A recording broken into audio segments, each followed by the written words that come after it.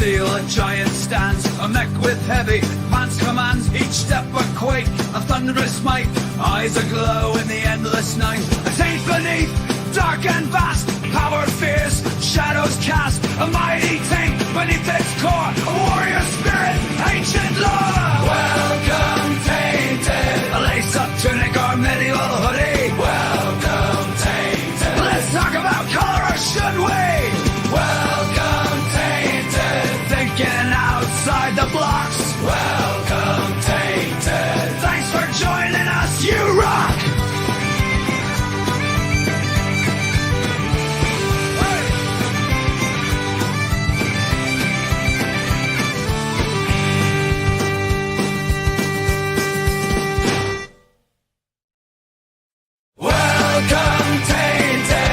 And have your fun hole rocks. Welcome, Tainted. Enjoy the Chronicles Outdoors song.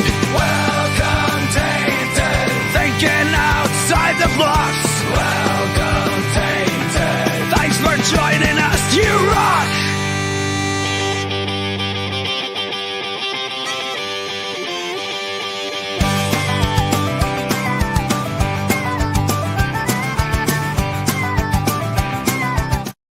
Good evening, everyone, and thank you for joining us for Think Outside the Blocks, your weekly official Brickworld live stream where we talk to you about thinking outside the perceived rigidity of the Lego medium, but also thinking outside of your mental blocks. I, of course, am one of your hosts, Mark Larson, Chief Brick Officer of Brickworld, and this guy over here, the guy on my left, everybody's favorite host, Mr. Ben Hauger, Z Cerberus. How you doing this week, sir?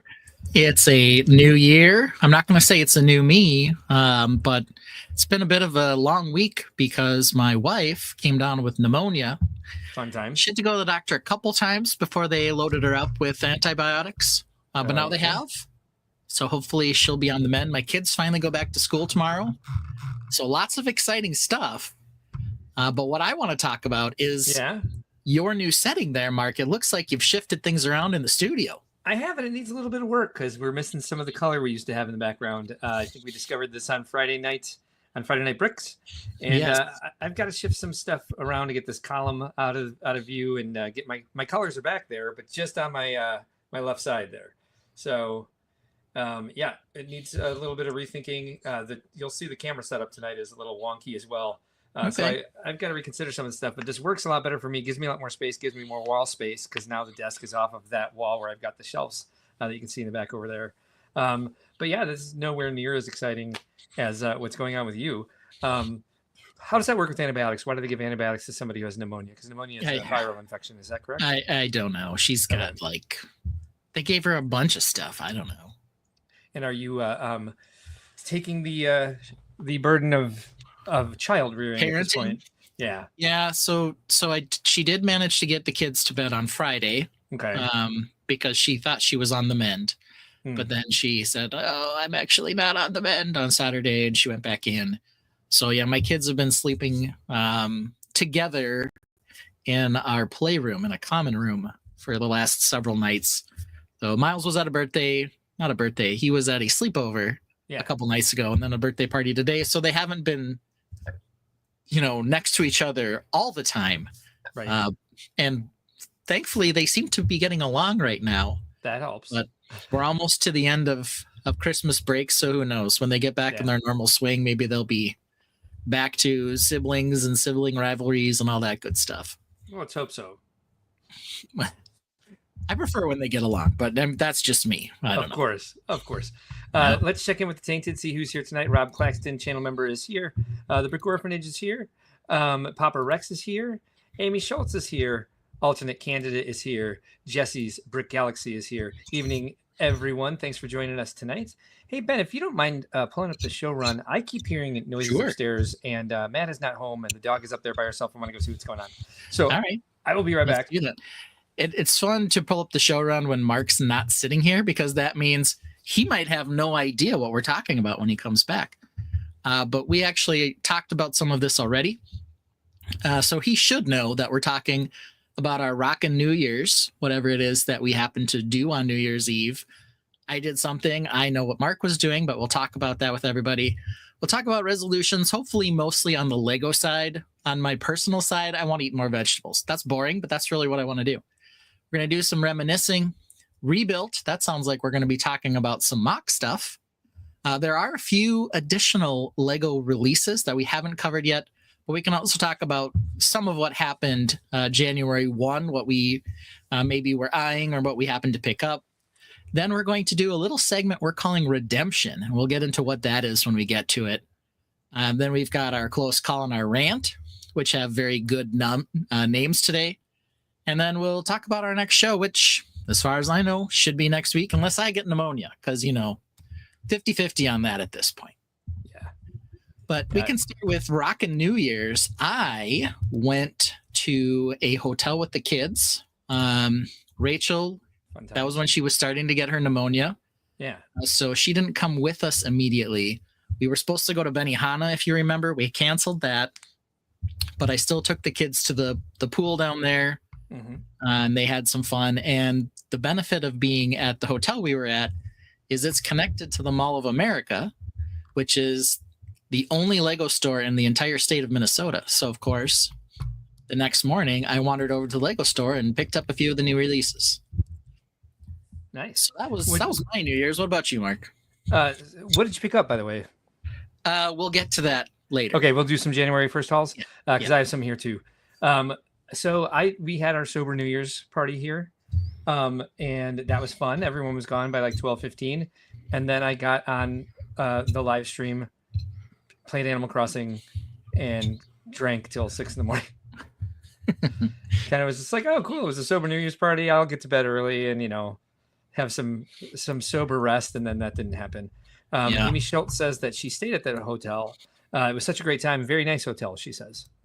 Yeah, there's a couple of hotels attached to the Mall of America. The one we were at, the pool's not super exciting, but we ordered room service because everything in the mall closed early. They closed at 6 p.m. And the room service wasn't bad. And we, like I said, we got some swimming in, which is always a good time. My wife tried to come by and hold down the fort. She got in later while I was taking the kids to the pool, and of course, she ended up feeling ill again. It was nice to have her there, though, because then when I went to stand in line at the Mall of America in the morning, she could take the kids home. So, turns out Amy Schultz thought that was only the Radisson. No, there are two. There's a Radisson Blue on one side and the JW Marriott on the other. So there are a couple hotels hooked up to it. So either way, it's a interesting time to do something like that, but we thought it would be fun to have a little kind of a mini staycation, I guess. Our next topic, Mark. Yeah. Resolutions. Yeah. We can talk some personal ones and some Lego stream ones. I already told everyone mine is pretty easy. I just want to eat more vegetables. Vegetables. I can hear you, even though I'm not here. That's an easy one for me. We kind of make sure that we get greens in all of our meals, even when we're ordering out. Which with varying degrees of success, of course. But the I would say it's something that I could probably even do better at. But Matt and I both have like certain health issues that like for me it's migraines that greens definitely help with, just keeping the immune system working correctly. And they're just good for you. What type of greens do you like? I like green beans. I don't mind broccoli. Okay. I like carrots. So there are a few that I like. I'm not a big fan of green peppers, which I feel like is the one I really should be eating. Yeah, so green beans are a legume. Carrots and peppers are mostly water. So I would go for something like broccoli, asparagus, Brussels sprouts. Yeah, broccoli is probably the one. That'll be the pick. You need to check out some roasted Brussels sprouts recipes. I can send you a couple. Okay. Just take have a bunch of Brussels sprouts, have them HALVE, throw them in an air fryer with some oil, some salt and pepper. That works really well. I use them as because the same thing with like romaine and iceberg lettuce. That's just water. It's not good for your system. It doesn't have a lot of more water. Yeah. And so chop up, shred Brussels sprouts instead for the base of a salad. Really, really good for you. Yeah. This is a really easy way to get more greens in your diet is to use. Mark is doing two things. He's businessing and giving us Nintendo tips. But instead of Nintendo tips, they're Brussels sprout tips today. Greens tips. Yeah, Tips. And I'm also putting together a close call while I'm at it. All right. So for me, my personal resolution for this year is to drink less, especially after last week's live stream where I basically blacked out. I think I treated this. I think I treated this last 2 weeks, the holidays, as like almost like I was in college. It was like college Christmas break. We're like, let's go see people, let's go do stuff, and we were kind of all over the place. And I was in the mood for some escapism because I don't know if you may have picked up on this a little bit. To be honest, I'm not doing well. This entire the year being down with the Brickworld Expos. Brickworld Chicago, of course, was great. It was really fantastic. Right. Yep. But the business just in general having a down year has been really rough on me. I can't help but take it personally, like I've done something wrong. When every show is down, it kind of feels like even though we did the exact same thing we did the year before, and can be pointed to a number of factors that are outside of our control. It's still really hard to not feel responsible for this year's negative numbers. I was gonna say failures, but I'm trying to be a little bit more positive. It's not easy. It really hasn't been easy. And there's always economic indicators and other things that tell you, what's happening. But it's impossible to, not feel like some of it's your fault, even when it's not. Oh, totally. And but it's going to happen. The point of the resolution is drinking is not the way to fix that. And I think true. I was getting back to my my 2021. I don't think I was. I think it's possible that I could. I mean, obviously, I need some escapism. As you could tell, if you're a subscriber to the stream and you keep getting notifications between midnight and 3 a.m. because I'm playing Animal Crossing live, I need. And by the way, if you're looking for Think Outside the Blocks episodes, good luck going to YouTube right now and hitting our live button, because you're going to see one Think Outside the Block episode and then 5 cozy streams and then another Think Outside the Blocks episode. So that's my personal one. How about you for the stream? What's your goal for the stream? Yeah, we could segment out some of the cozy stream stuff if we want to, but we don't need to. I think the big thing for the channel is more build videos. That's what I think we need to try to take a step into. And I've got a couple ideas. There's one we talked about already, and I'll show some of what I'm working on for that already today. But just a lot of feedback on doing terrain tips and trees and all kinds of stuff like that, which I think will be useful for everyone, not just the people who view the live stream and like the entertainment, but people who just want to get better at mocking as well. Yeah. For me, I think I want to do that, of course, as well. But I also want to market these on our other socials better, because you put a lot of work into this, and we could probably be getting a lot more people checking this out if somebody was posting clips and ads for it on our other socials. Yeah, TikTok, Instagram, Facebook, I guess. Twitter, we got a good following on Twitter. Still around in a couple weeks, right? Aren't they on the verge or something? Who knows? It'll be back. I think there's too many people. They'll find something else. Right? Yeah, there's too many people here in the States that make a living off TikTok, which is surprising. But there's quite a few people who most of their business relies on what they do through TikTok. So I think there'll be a significant pushback if they are forced to close down. The forced sale thing, I think, it's got to go through the Supreme Court first. So I think we're going to hang on to it for a while because we've got an entire session for them to sit through and hear arguments and then make their decision. And so I don't think it'll be gone in a couple weeks. It may be gone somewhere down the line, but I haven't invested too much time into it at this point. So we'll see if that makes a difference or not. Yeah, we can still use Instagram, Facebook, Twitter /X, whatever else we've got available. Yeah. So that all sounds like good stuff for the show. We haven't had a lot of new comments. I think either people are absorbing what we're saying or they're getting ready for kickoff of Vikings-Lions to decide the NFC today, but that's okay. Did you see what the Bears did? Talk about other stuff. I did see that they beat the Packers on a last-second field goal. Wow. Pretty impressive. Well, yeah, it's definitely a good thing. Definitely exciting. It's good to see it happen. Beat the Packers. Yeah, good. Yeah, it's the first time I think since 2018 was the last time we beat them? Maybe longer? I don't know. Always good for that to happen. Yeah. We did talk earlier this week, though, and we spent sure a lot of did. time reminiscing. We did. And so we threw that in as a topic today. We were talking about a lot of fun old sets. I think part of the reason for feeling nostalgic is Lego keeps doing this whole thing where they take a very classic set and then they remake it and release it as an icon set. Yeah. They've done 3 that were really close to my heart. The last one, which is the Renegade, the Blacktron Renegade, maybe less so than the first 2 that I really would highlight, which would be the Eldorado Fortress and the Galaxy Explorer.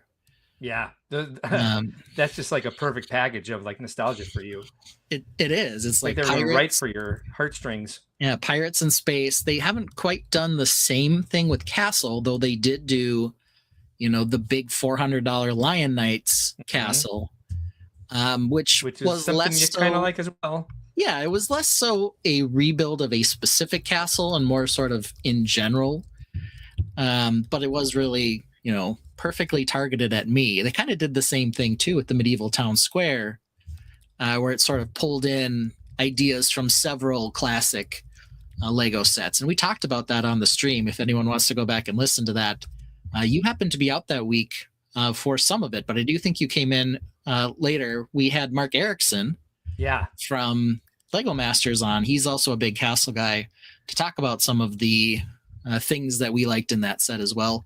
Went all the way to second place in our March release madness in 2024. I feel like, has Mark Erickson been a guest twice? Because I feel like I was there for that whole episode. I think only once. And I think that actually you weren't sure if you were going to make it, but you did like last second. Okay. So sounds like something I'd do. Yeah. So we ended up with all 3 of us, 2 marks and a Ben on that episode. Nice. What else did we reminisce about? We looked at a lot of old sets. We sure did. I have an entire presentation like crazy based on what I was reminiscing about. So let's take a look at this here. I'm in the middle of making this slideshow, but we'll go ahead and present the first portion of it here. Let's see, share my screen and do this one. And do it out loud as we talk about it. There we go. So this is sort of my takeaway from our conversation. I added a couple other things that I thought of after the fact.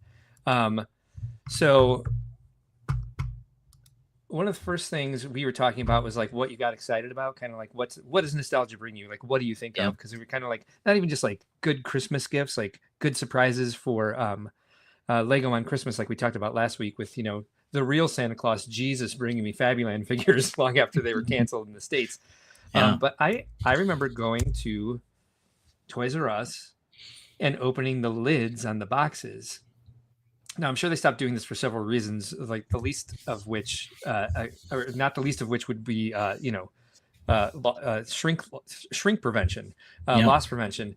I'm sure a lot of people broke into those. I remember seeing one once. I think by then I might have been in college. I was at least in high school, where I saw someone broke the box open. So I stole the new catalog from it because it had the had a New Year's catalog in it. I'm here. By the way, I'm just real quick. I'm hearing the side of your desk again. You're hearing me cut. You're hearing me cut the beef, the Szechuan beef in my bowls. Actually, oh, that's what I'm hearing. Okay, you got Szechuan beef in your bowl. I'm being careful. Loud cutting. Gotcha. Yeah, so, I'll mute myself when I'm doing it. Oh, you're good. Right. So yeah, this is kind of like the one of the things I remember the most. So now I'm looking at this now and having had package design classes since seeing one of these sets in the stores. Gabriel Cabral is here as well. Thank you for joining us tonight, Gabriel. Glad you're here. The extra packaging that goes into making something like this, like not only the fold over top and the extra cardboard that takes, but also of course then the cellophane and the cover. Plastic. Yep. But it was always really exciting opening these and being able to see some of the pieces, because they didn't, this was before Bricklink. You couldn't tell what all pieces came in the set, so you had it in your hands. And kind of, I used to shake them around to see what catalog was inside, especially towards New Year's. when it was like, if I buy this, will I also get the new catalog to see what's coming out? Because there wasn't an internet for leaks. There wasn't any, there was no way that you knew what was going to be coming out the next year until that catalog came out. Hopefully you'd get one in December, but by January you were definitely making sure that if you were buying a set from last year, you wanted to know that there was a new catalog in it. Your memory of these boxes, Ben? Yeah, they had them on a number of sets, including the Pirates. They were only, on certain larger sets. Yeah. And I do, even looking at it here, not only do you have the nice flag there and you can see the horse barding and all that, but even on the other side, and of course the crummy ramp and pit plate, the crap over there. But on the other side, you can see the bags. The first thing I'm nostalgic about is the bags with the holes in them, the little holes in them. Now we get the solid ones, and if you're in Europe, I think you're starting to get the paper bags. Nice. We still get the plastic ones, but I'm remembering that as well. And here you can see the cool Tudor panel, the Tudor panel that they made. That was, really reminds me of the Black Falcon Fortress and a couple other classic castle sets where they use those.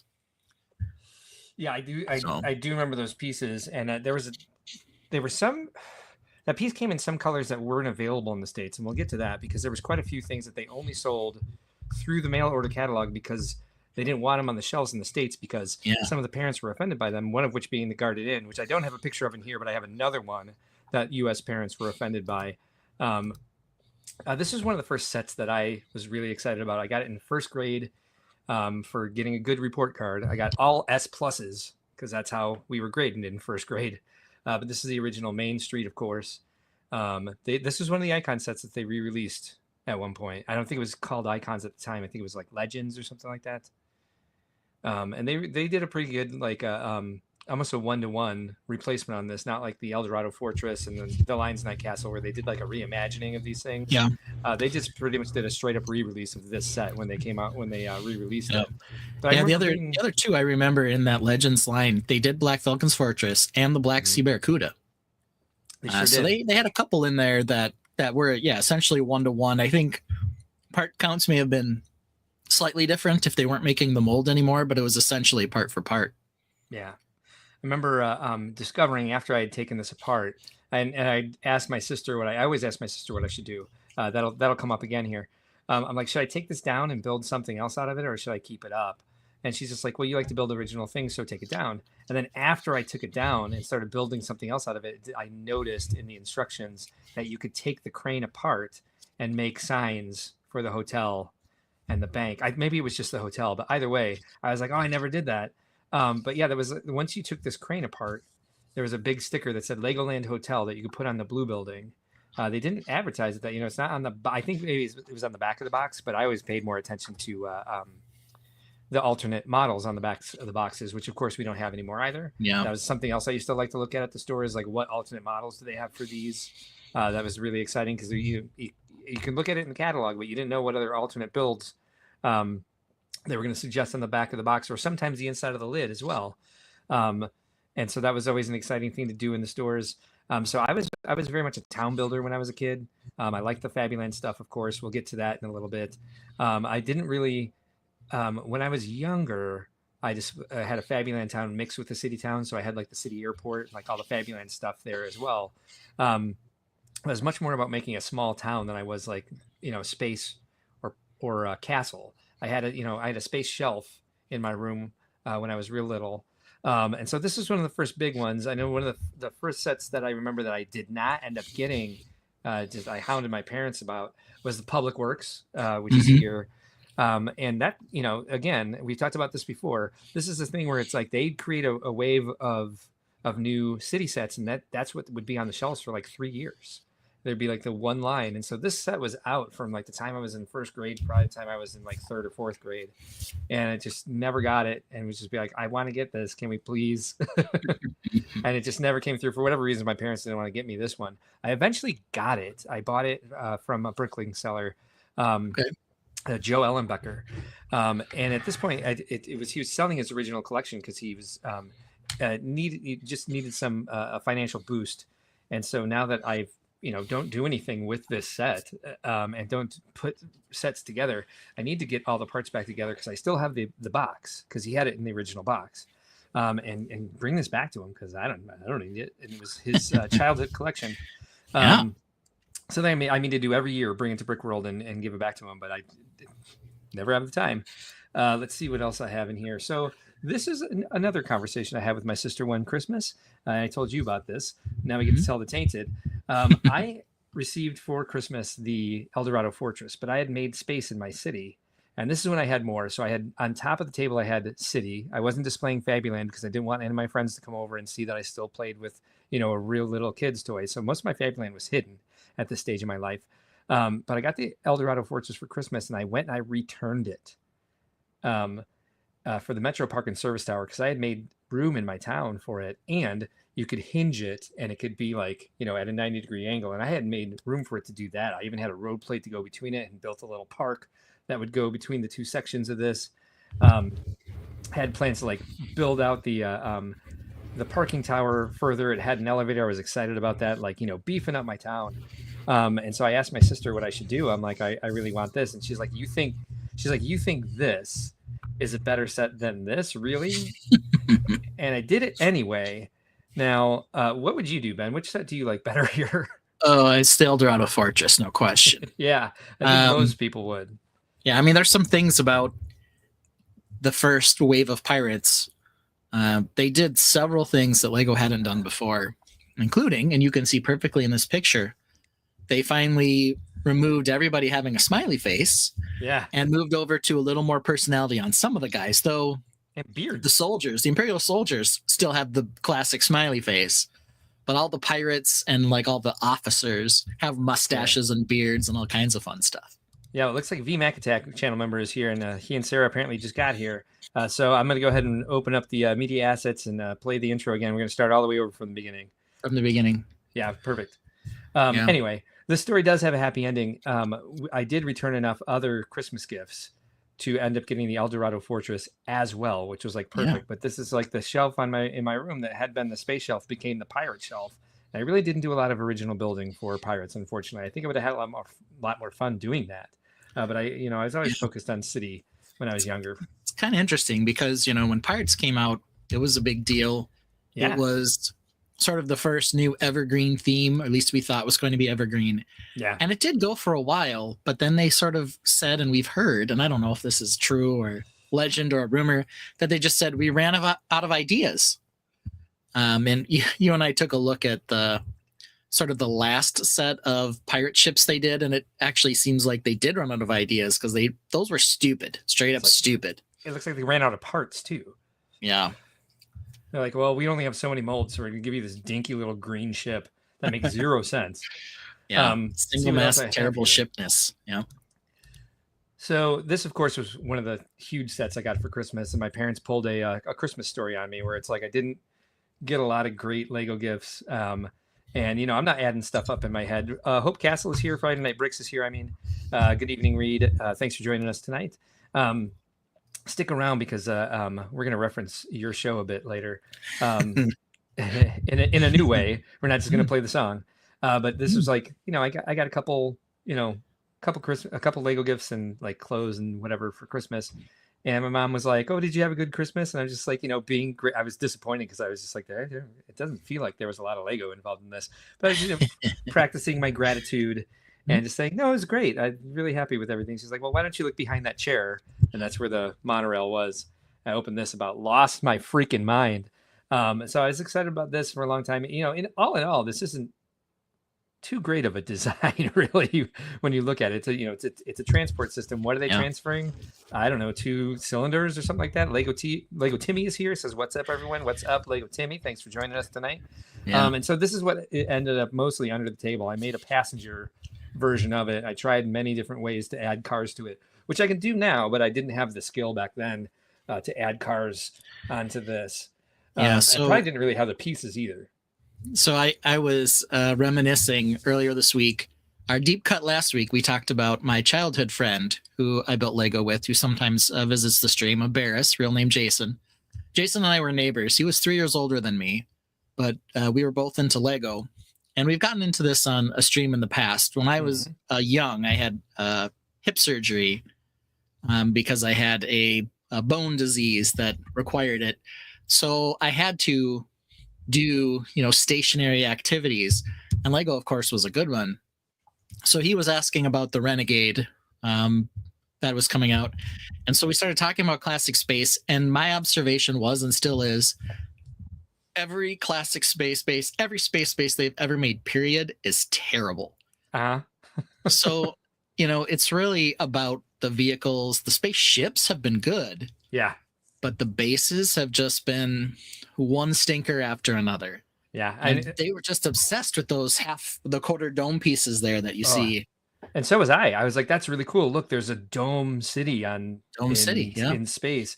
And again, back then, before Bricklink, before the internet, there wasn't a way to get a bunch of these. Like the only way to build it further was to buy another one of them. My parents certainly weren't going to do that for me. So it was like, how could I best utilize these 3 pieces to make it look like a big domed city? And it was not easy. It was not easy at all. We didn't have a lot of transparent pieces. Yeah, I'm sure part of that too is this whole idea that, Lego is and still does a lot of dollhouse type design, meaning there's no back so that you can see inside and move figures around and play. And it when you have a half dome then in space, it makes it really awkward to try to imagine the other half. Yeah. And like I was telling you, there was this traveling show when I was a kid, when I was in junior high, that was like they had given it to like architects and engineers, like, imagine a biosphere in space. And so there was just all these little glass cases around the mall that was this, these engineers and artists, architects, whatever, scientists, I don't know, that had, created these biospheres made out of Lego. And so they had a bunch of these types of pieces, making these beautiful multi-level biospheres in a space landscape. And I was just, I want to do this, but you just didn't have access to parts like that. So it was kind of just like, it kind of hurt to look at it, to be like, I can never do this.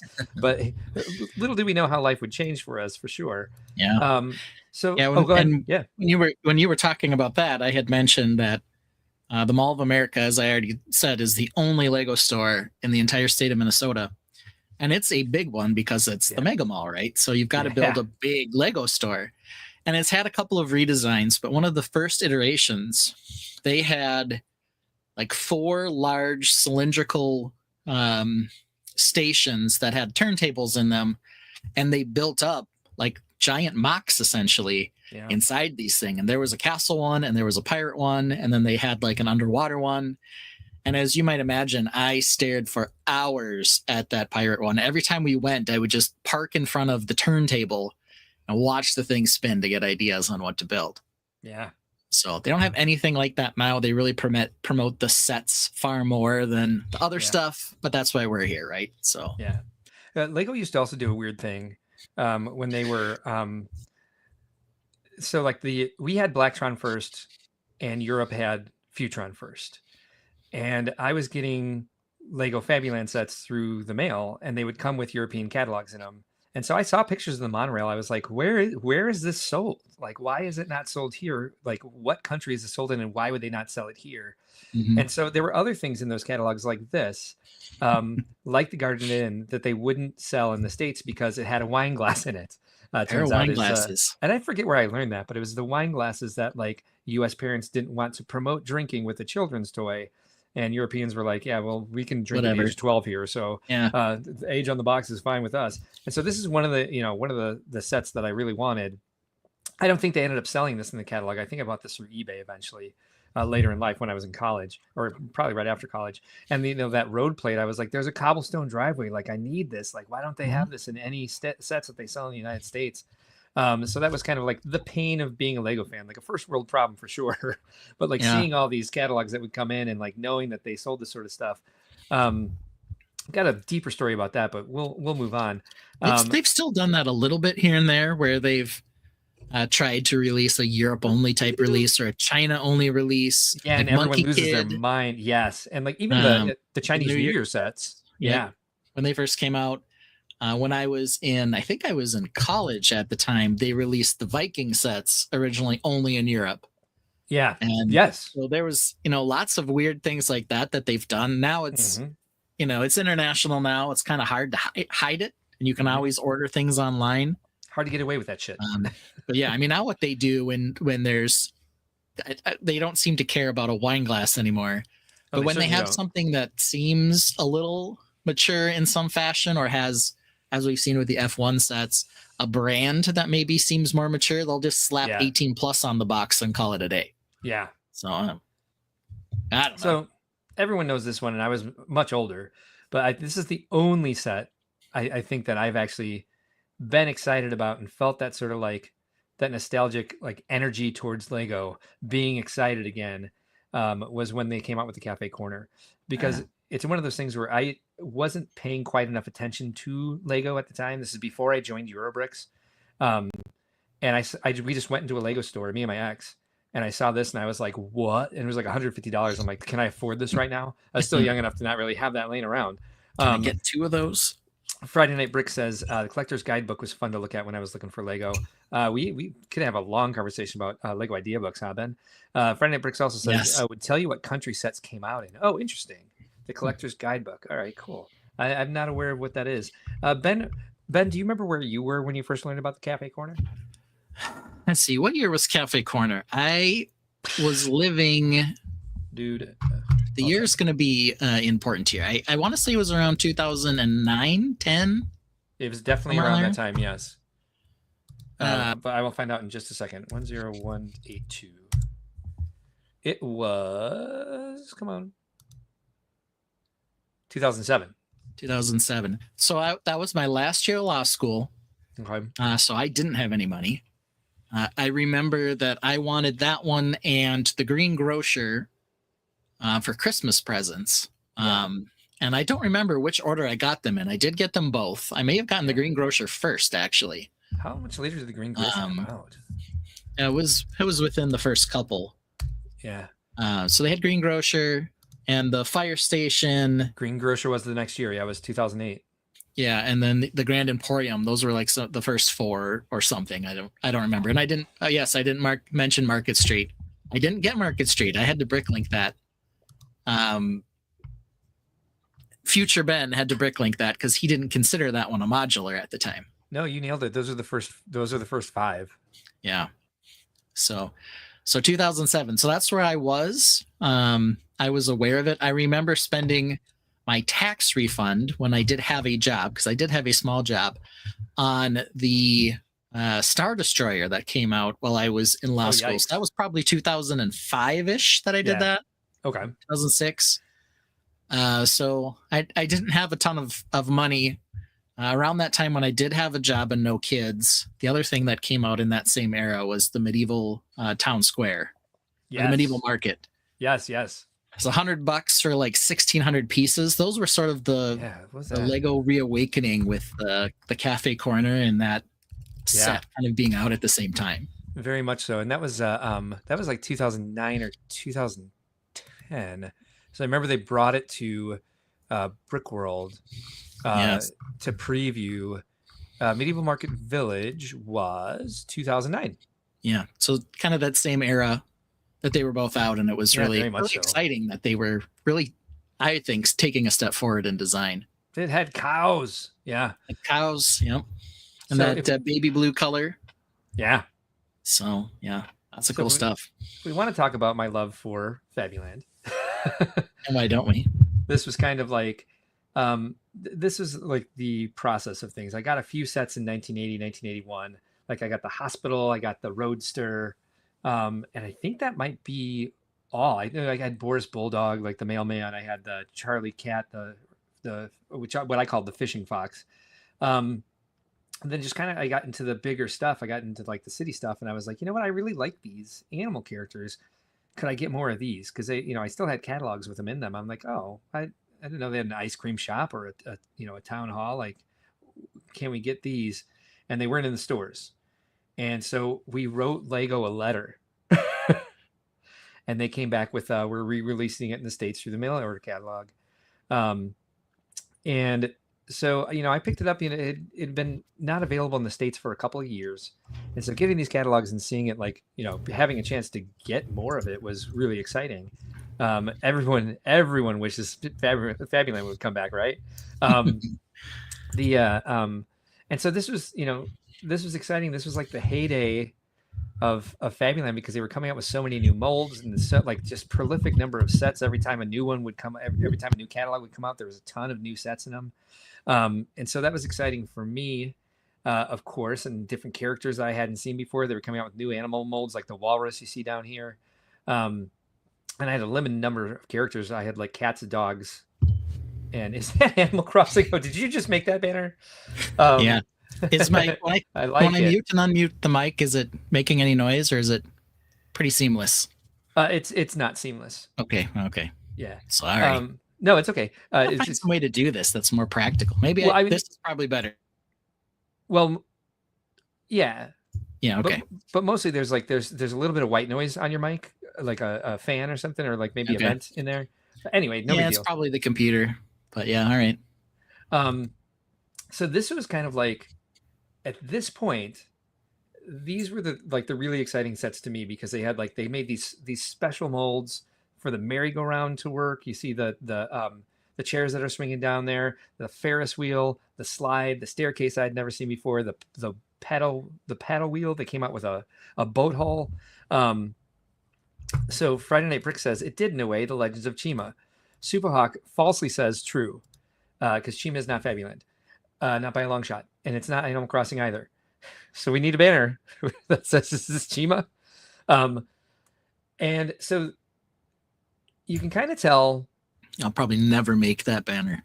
The other nostalgia I have is a sad nostalgia because you can kind of tell when your favorite theme was starting to take a downturn, as Ben was talking about. So this was like what I think was the height of Fabuland. This is like the Silver Age, the Golden Age, of course, with like the big house and the town hall and the cottage and the hospital XYZ, the ice cream shop, the bakery. And then when this was all the new sets they came out with in 1988, Chima is Thundercats. Yeah, I mean, was the school one just probably not even a dollhouse. Boiled your bucket right there. Still does boil my bucket. And like just like I mean, they had changed the eyes. They had started making printed torsos. And this merry-go-round, we just looked at this beautiful merry-go-round with a bay window and these extra special parts. And then they went to this, which is like, here's a scooter and a barrel. And the last thing you can't see in there is just a chair. It's just a red chair, that's a real fun merry-go-round, right? And then the amusement park went from like a Ferris wheel and a slide and a small merry-go-round. So like, here's a swing. Yep. Still have a slide. Yeah. Not as exciting. No Ferris wheel. That Ferris wheel is out of there. Does this remind you, Ben, of the final year of? Oh, here. So here they are in comparison. Does this remind you of the final year Pirate? Yeah. Yeah. So this isn't quite the final year, but this is where they started going downhill. At least I don't know if these would have necessarily been the worst offenders, but they're up there. And you can kind of tell they replaced the Imperial Guard with the Imperial Armada, which was sort Spanish of like a conquistador Spanish-y ship thing. Yeah. And these sets are, not as exciting. I know you very specifically already mentioned this green and black disaster, which I think was called like the Renegade Runner or something like that. They had another one that was small, that was not quite as stupid, but still pretty stupid. Oh, this was called the Crossbone Clipper. Crossbone Clipper. There you go. So the Renegade Runner was also small, but it was not this ugly. No, this is ridiculous. The other thing that they did on the actual ships is they took all the triangular sails off the front of them and removed a lot of the rigging so that the masts could tip over. Yeah. So they were really into this play feature of making masts tip over for whatever reason. I guess it's an interesting visual, but it made like the rigging have to be suspended in the middle of the ship, not connected to anything. And it was just completely stupid. It was like the other ships would fire cannons at it, and then the mast would fall. I think is what the play feature was supposed to be. So Old Man in the Bricks is here. He says, "Greetings from the snow-covered tundra in Indiana. That is on its way to us. We're supposed to be getting that later tonight up here in Chicago. Welcome, Old Man in the Bricks. Thanks for joining us tonight. Glad you are here." Yeah, so that's the end of my nostalgia trip. You get some snow moving back to the east. Pretty much all of our weather comes from the west when it's snow. We do most of ours here moves northeast. Interesting. Yeah, it goes to the lakes. And then if it's moving west, we typically get a lot of lake effect snow. Okay. Like when it's coming west, we're gonna get dumped on. And I may be off on that. ACOB is here. Good evening, Sean. Good to see you. Thanks for being here. Shout out to Steve Trek. Yes, you guys should definitely. Interesting thing to hear. What about Steve Trek? You guys should check out Thursday night's ACOB, especially if you're Star Trek fans and you want to talk about the leak that there's going to be a USS Enterprise set coming out. Are you a Star Trek fan there, Ben? Yeah, I do like various versions of Star Trek. I have to ask which version of the Enterprise, because there's like 90 of them, right? Right. So who knows what they're going to do? Is it going to be movie version? Is it going to be original series? Is it going to be next generation? Is it going to be one of the other movies? Who knows? Brickhead Brad is here, and he was there for that wonderful rant from Steve Trek on ACOB. ACOB says nobody is. It's cool. So yeah, no, we just started it. I think this is pretty much the end of it. Yeah, that'll be interesting, because I know Playmobil produced a Enterprise set not too long ago. Who did it? Okay, I thought Mega had a license for a while too, didn't they? Yeah, Mega or Typo? Maybe that was what I saw. A Creo Klingon. Creo was the one. That's right. Yeah, when one of the movies came out, their Klingon character looked stupid, but I did find one somewhere. But I think it was Creo that had it. And then afterwards, they ended up generating, and I saw in my local toy store this Enterprise from Playmobil, and it's like $500. It's some crazy amount of money. Yeah, it's the original Enterprise. Playmobil Star Trek. I did not know that they did that. V Mag Attack says hopefully it's the Enterprise E. Sure. ACOB says Blue Bricks. I don't know why. Do you know why? I don't know who Blue Bricks is. So it's next generation. Okay. That's one of the ones that I would like. I think that version is prettier than the original Enterprise is. But so you're more Trekking than I thought. I just had like a vague idea of the world of it from my dad being a fan and seeing all the movies, movies in the 80s and 90s. Same thing. My dad was a fan, and so he sort of passed it along to us. And some of the off-splint series have actually been pretty good. Some of them, it's like anything. Some of them have been stinkers. Yeah, some of them have been good. Some of them are, different strokes for different folks kind of stuff. And what we figure out on ACOB, it's something crazy. Like there's like 19 series. It's the spin-off series that they made from the original. Wow. Yeah. Yeah, it'd be interesting to see how many I could name, but I could probably get pretty close. I know most of them, but it's a lot. I see that you also have up your redemption story, but before we get to that, we do have to talk MOCs. We do have to talk MOCs. So are you ready? I did not at all mean to try to force that onto the stage. That's why it's in the green room. Brickworld, it says, I assume a single Trek set, as it would be hard to negotiate the Star Wars license while competing with a full Trek lineup. Well, you can get into a conversation about that if you rewatch last Thursday's ACOB episode. Hopefully there were like 15 calls to build the Defiant and 16 more for a mini-scale DS9. Who knows? I can just imagine my Trekkie nerds saying, "We need a Defiant!" Which was the single most badass ship in the Star Wars universe by far. Hey, while you play your intro song, I'm going to run and check on Orion because I still hear noises and I don't know. I couldn't find her. I assume she was on the second floor. So I'm going to just double check on her real quick. So I tell you what, you do that. I'm going to eat a little bit more beef with broccoli type thing here. So we're going to play the long intro. Here we go. Intro. Yeah, let's go. Yeah. So we're going to play the long Ben walk up, and here we are. Enjoy it.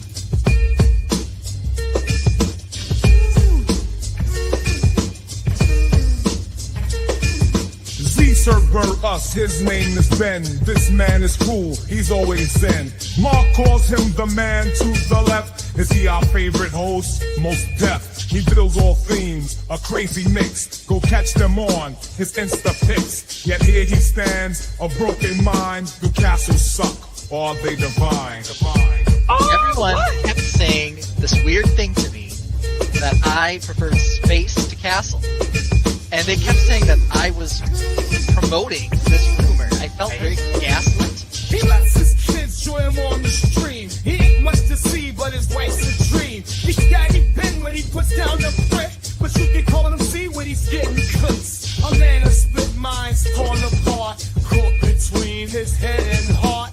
Castles stand in full core E. In his soul, spaceships run free. There is no proof that I have ever said anything negative about Castle in my entire existence. In fact, look at my title. It says Ben Loves Castle. His walk-up track is almost done. He's about to pull up the show run. Did he build a computer this week? Or will he show us something more sleek? Castle banner, ship engines glow. Welcome, Tainted to the show. Remember to hit subscribe and like. Mark and Ben gonna drop the mic.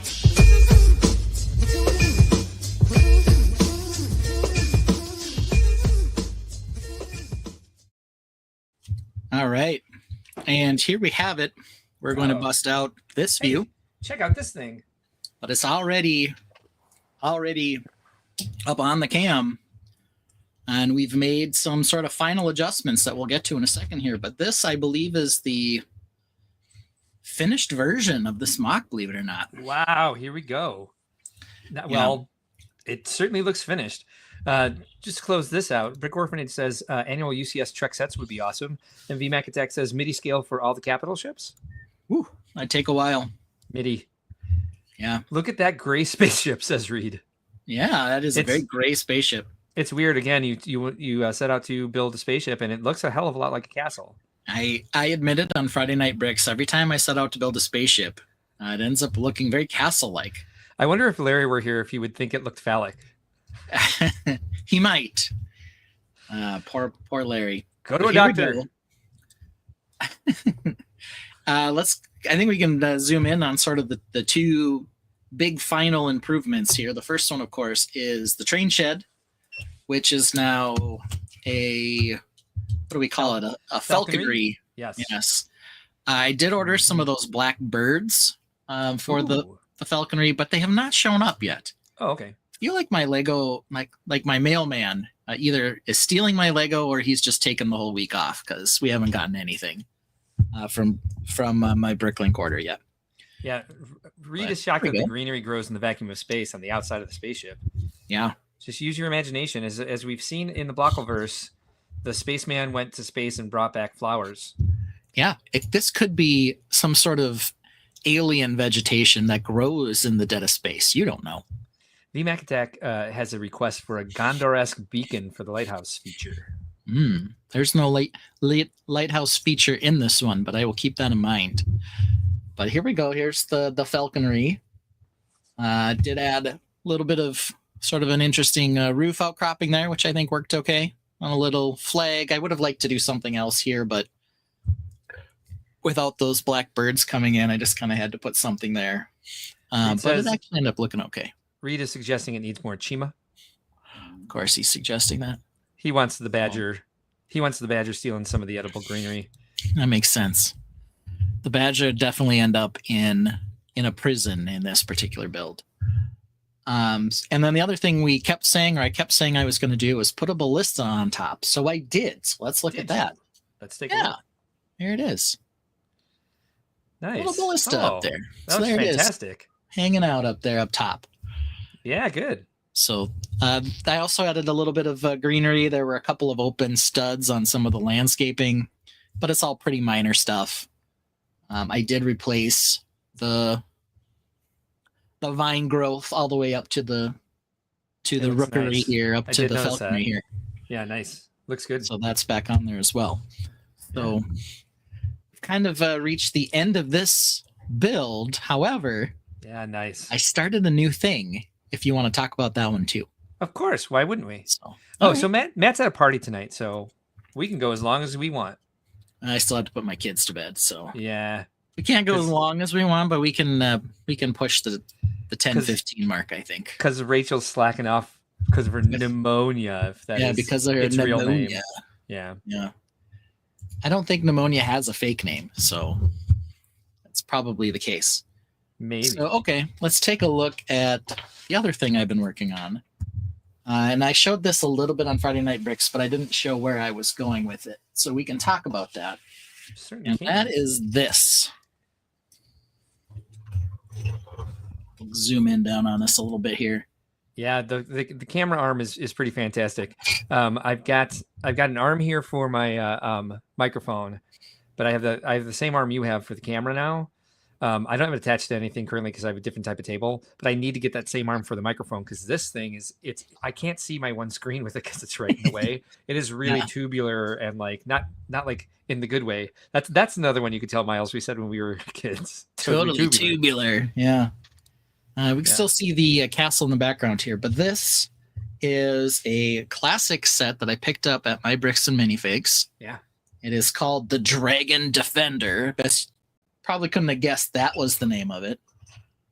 It was missing a couple parts. So if you watch Friday Night Bricks, you can see kind of the work I did to replace the parts that were incorrect on it. But it had the important pieces, such as all the plumes on this guy's helmet, and that kind of stuff. So the way this thing was supposed to work is the dragon head is a counterweight, as you might guess. And when you release this little knob on the back here, the counterweight goes down and it catapults some rocks forward. Oh my God. So that's what it does. There's a couple things about this set that, as you can tell, are very classic-y. It has, hinges and parts they don't make anymore. It uses very, very little Technic. I think a new version would be pretty much all Technic in the mechanism. There weren't a lot of curved slopes, so the dragon head is, Yeah. I guess got evil eyes from this view. Pretty robotic looking. But that's kind of what it looked like. Yeah. Alternate candidate appreciates the term replacement snot bubbles. I don't, because I heard you say it about 90 times on Friday night. Friday Night Brick says he's out. He's guest on another show tonight. It's got more important places to be, apparently. Have a great show, guys. Might be back later. Whatever, Reed. Thanks, Reed. Have a good night. Yes. I thought he was mad. He's like, I'm out. I'm out of here. You're building castle on here. That's gross. That's ridiculous. So, kind of this thought that I had. It's in the past, man. Was, a lot of times what we hear the same, 4 questions at Brickworld, which is always, hey, how long did it take you to build? How many pieces is it? Is that a set? And then last but not least, the one that I don't mind so much is, where do you come up with the ideas for what you're building? And there's a lot of different answers for that. It can be popular series. It can be movies and TV, but it can also be something like this, where you see a classic set and say, hey, that's cool, or the idea is cool. Can I expand on that? So what I've been working on is kind of a modern take on this, kind of like we're talking about with the Eldorado Fortress and the Galaxy Explorer and the Renegade.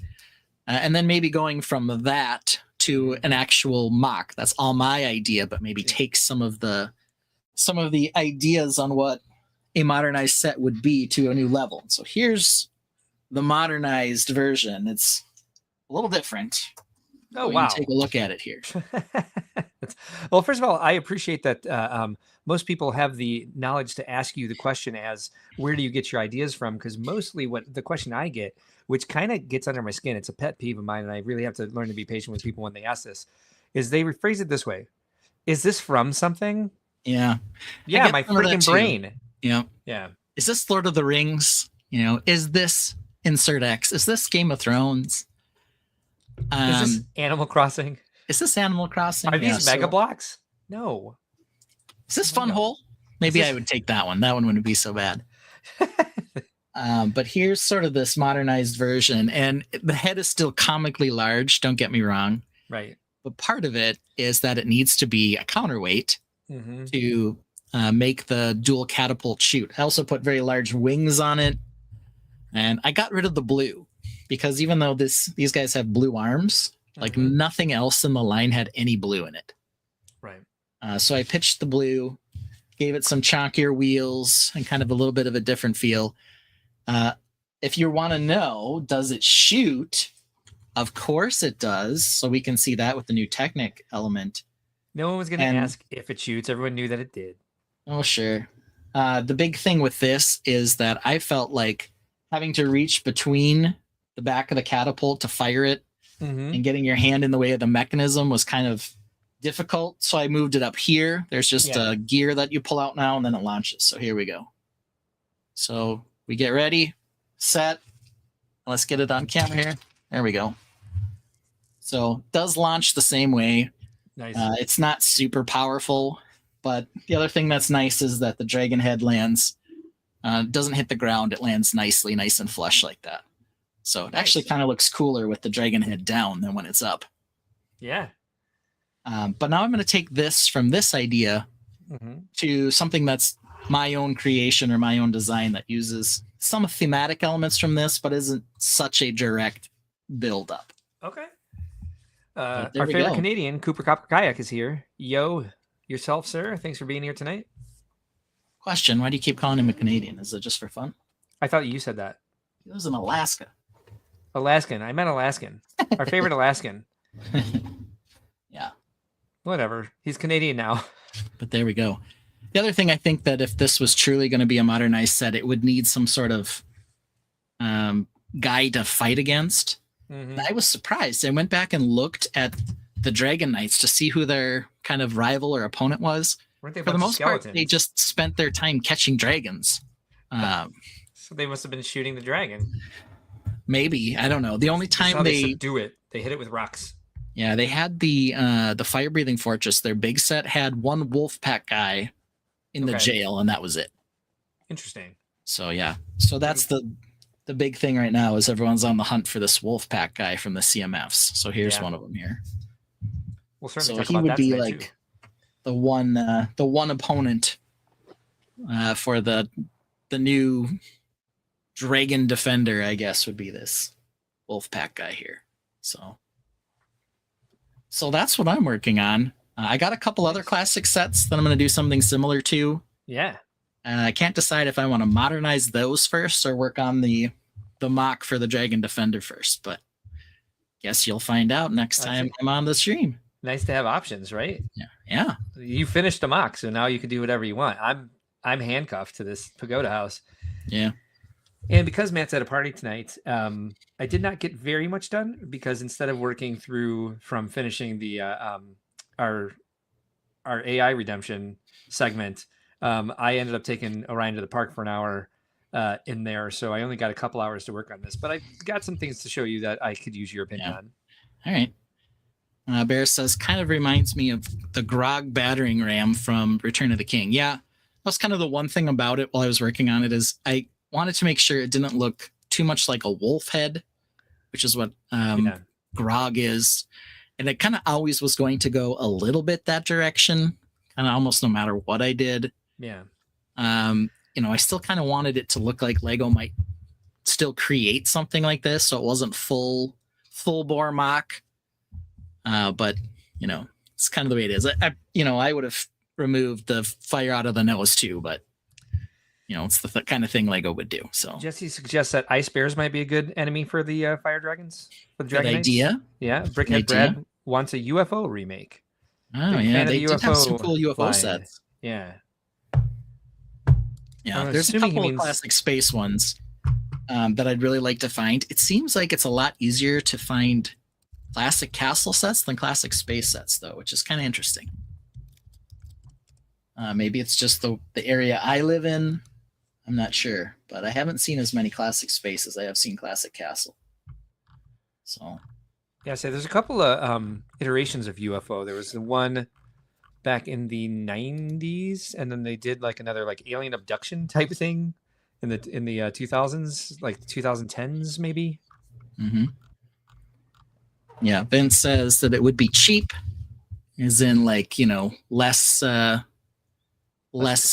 expensive. No, I think more like less of your own creativity to use the Ninjago dragon heads. Oh, I see. Yeah. That's fair, Vince, but the one issue is that it has to be heavy enough still to act as a counterweight.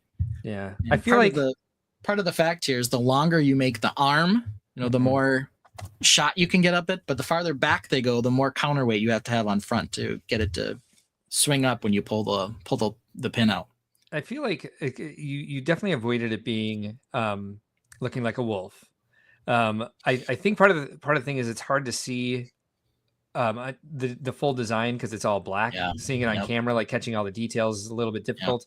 My initial response is Everyone's that the lower jaw's too big, but then when I look at it from the profile, it would make a great head for a full dragon. I think it only looks too big because it just goes on that thin arm behind it. So yeah, I mean that's kind of the issue, is that it doesn't have a neck, and that kind of makes it. I like the scales hard to sort of get there. I just noticed those triangular, those shield tiles that you put in front there. That's a nice little detail. VMAX Tech says store energy and elastic band to make up for the weight. Well, you know, there's a number of things I could do if it wasn't for the fact that, at least for this one, the goal is to sort of replicate and modernize the classic set. And so, you know, you'd have enough new curve slopes and pieces to do something like this, even though it looks like it could be, now that I see it, it looks like it could work okay on a full dragon mock. Oh yeah, I totally think so. With a little bit of more update, but it still does kind of have that heft and weight where it can just pull the arms down when you pull the pin. So yeah, you can watch it shoot again just for funsies. So there it is. That is funsies. Yeah, it is funsies. So who knows? I think where I want to go with this, I have an idea. But you'll have to wait and see what that is. It won't look much like a dragon catapult, but you'll have to wait and see. Okie doke. Oh, that's intriguing. Yeah. You always keep them wanting more. Yeah. So there it is. Like I said, I kind of like this view with the head down like that. It's kind of more fun. Yeah. Kind of removes some of that issue you're talking about with the fact that it doesn't have a neck.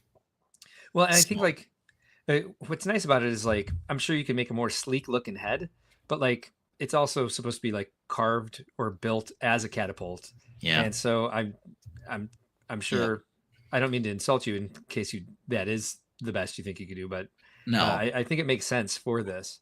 For what it's supposed to be. Yeah, I mean, it had to be big and heavy. And I had when I was testing the mechanism, I just had a bunch of bricks piled up on there. Yeah.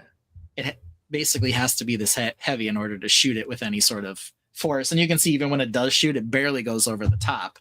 This one's not that much better. But yeah, I don't think Jesse's wrong in thinking that there should be bigger orange fire snot. Yeah, not a bad idea. Snot bubbles of orangeness could stand to be bigger. I also wish that these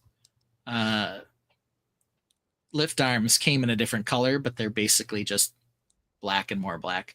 Could maybe do them dark blue, but that's about the best I could do. So I guess they kind of represent, you know, metal-ish.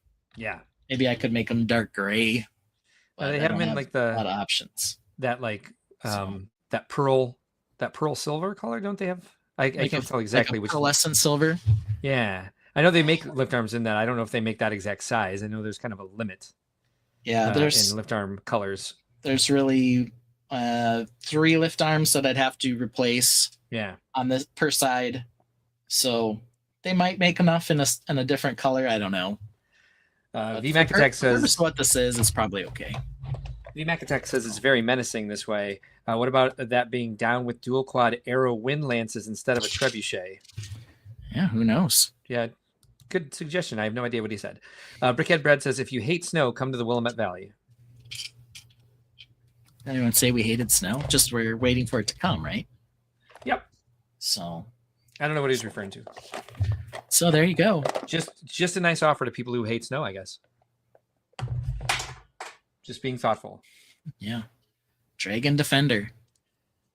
All right, where are we going next, Mark? What do we got going on? We're going to the Pagoda House. I'm going to switch my microphone real quick. Awesome.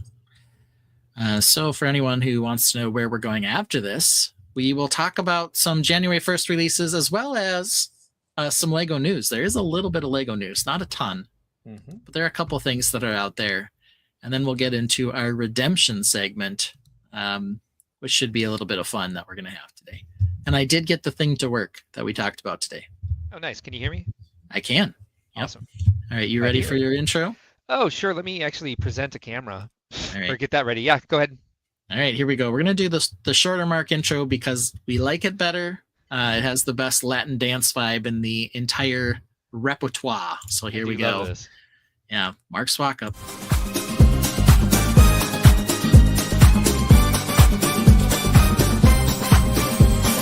Mark's an otter, watch him splash, building art deco leaves and grass, keeping fab, you land on streams, making MOCs fulfilling dreams. Don't need breaks when his builds are up, only cheers and howls from his pub. So let's get pumped for this Scorpio. Mark's creations are on the show.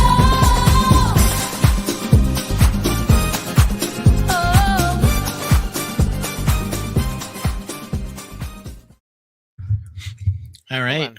I am not Mark's sure. apparently working on his camera. I sure am. I don't even know what this is saying because I'm not far enough away from it to read it. But the camera is not turning on. All right, let me see if. This is the growing pain of resetting up your studio. So now we've got to get all the plugs in the right places and make sure it's all plugged in. Brick Jedi's here. He gives us an ahoy hoy. Hoy hoy to you, sir. Thanks for being here tonight. Brickhead Brad wanted you to know that it's pronounced will am it. I wanted to see if you would say it like that. I don't know. I don't know. Good to know. Good to know. That's exciting. What on earth is happening? What kind of error is it giving you? We can tap So it's not giving me an error now, but now it's what's it called? This thing. Goddamn. StreamYard is not bringing it up, so I may have to switch the. And actually, things are running really slow, and now I'm frozen. At least on Yeah. my screen. Fun times.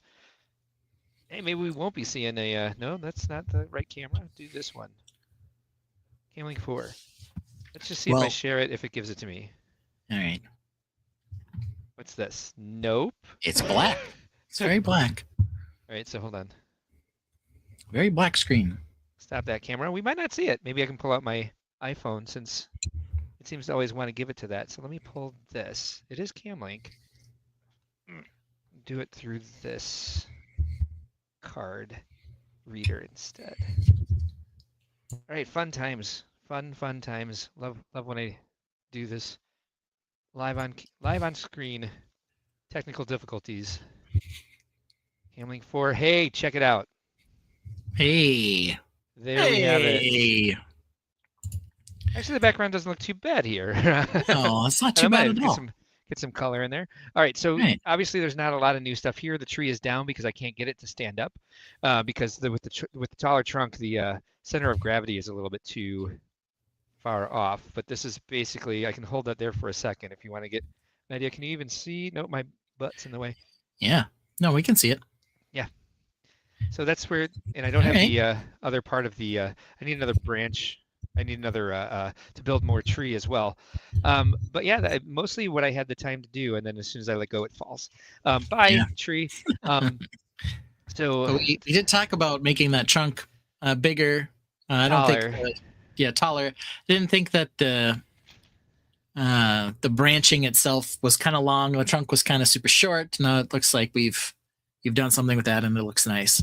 yeah. So So mostly what I did is I removed the roof from that center section. Okay.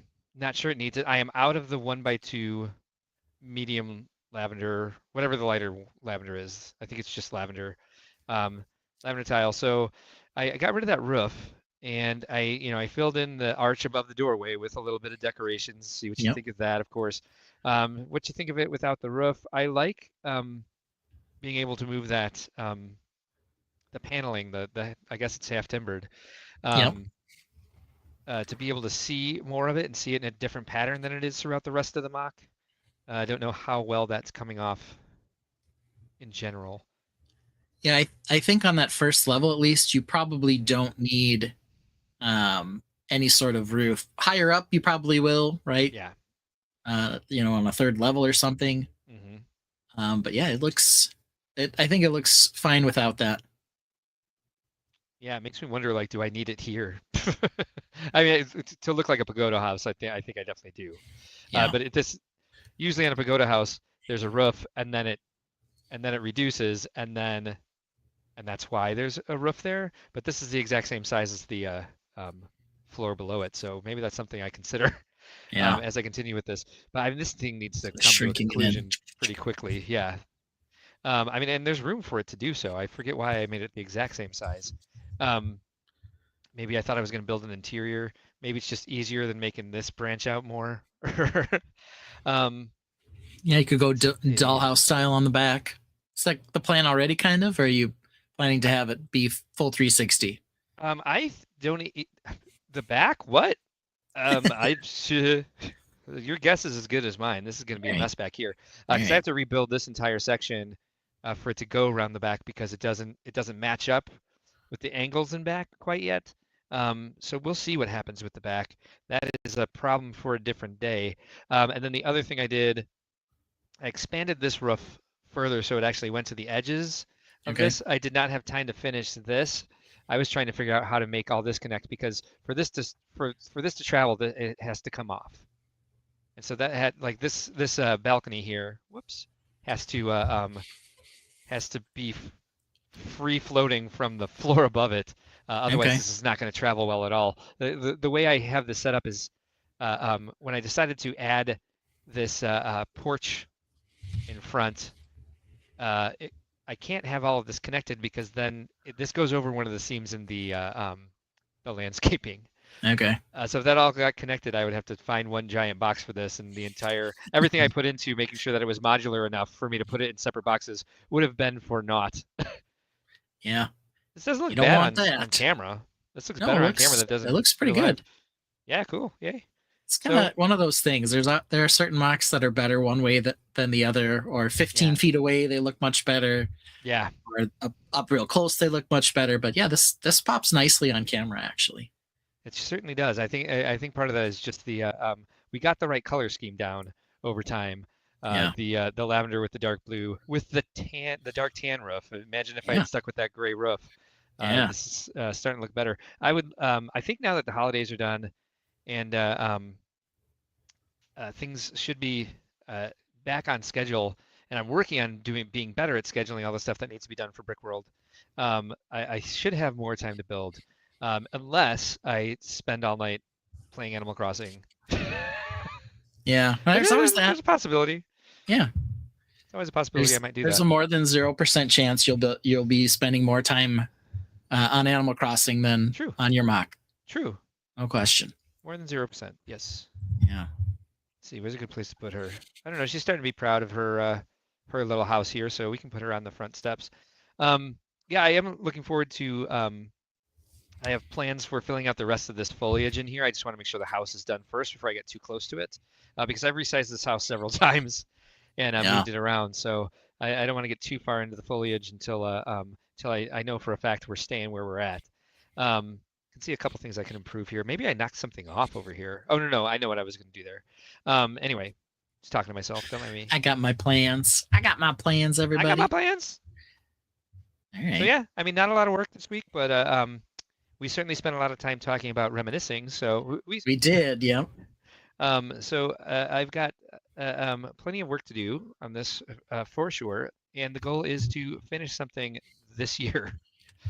Maybe even bring 2025 is the year. Team B adds in a more than 0% chance with the laughing crying emoji. Right. And the I guess the goal for this year, rather lofty, is to bring this and the orchard to Brickworld. We all know that is not going to happen, but there's a more than 1% chance that it could. It might. More than 1%. That's or more than 0% chance. More than 0% for sure. Yes. This one again. I'm not too crazy about that now. I think it works well here. I don't know if you can even see it in here, but with the white with the blue curlicue, I'm thinking about putting something where this gray space is. That's exactly where I ran out of the 1x2 tiles. Thinking about putting some sort of like symbol above the door. I could also put like a flower box out there or something. Checkered pattern or something.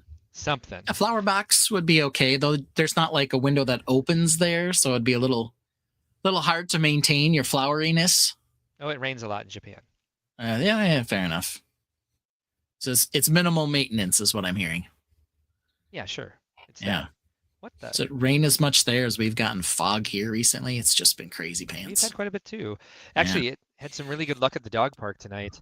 The cloud cover is so low that all the lights were reflecting off everything. I had her light up collar on, but it was nice to be able to see her entire body as composed to usually I can only see the light up collar. That's good. Yeah. Anyway, That's good. it was pretty too. Where's my dog? Oh, my dog's in. Where's my dog? That's exactly My how I say dog's it. hidden. Where's my Where'd she- dog? Where'd she go? And I built this up a little bit more so there's more you can kind of see where the house is going to go.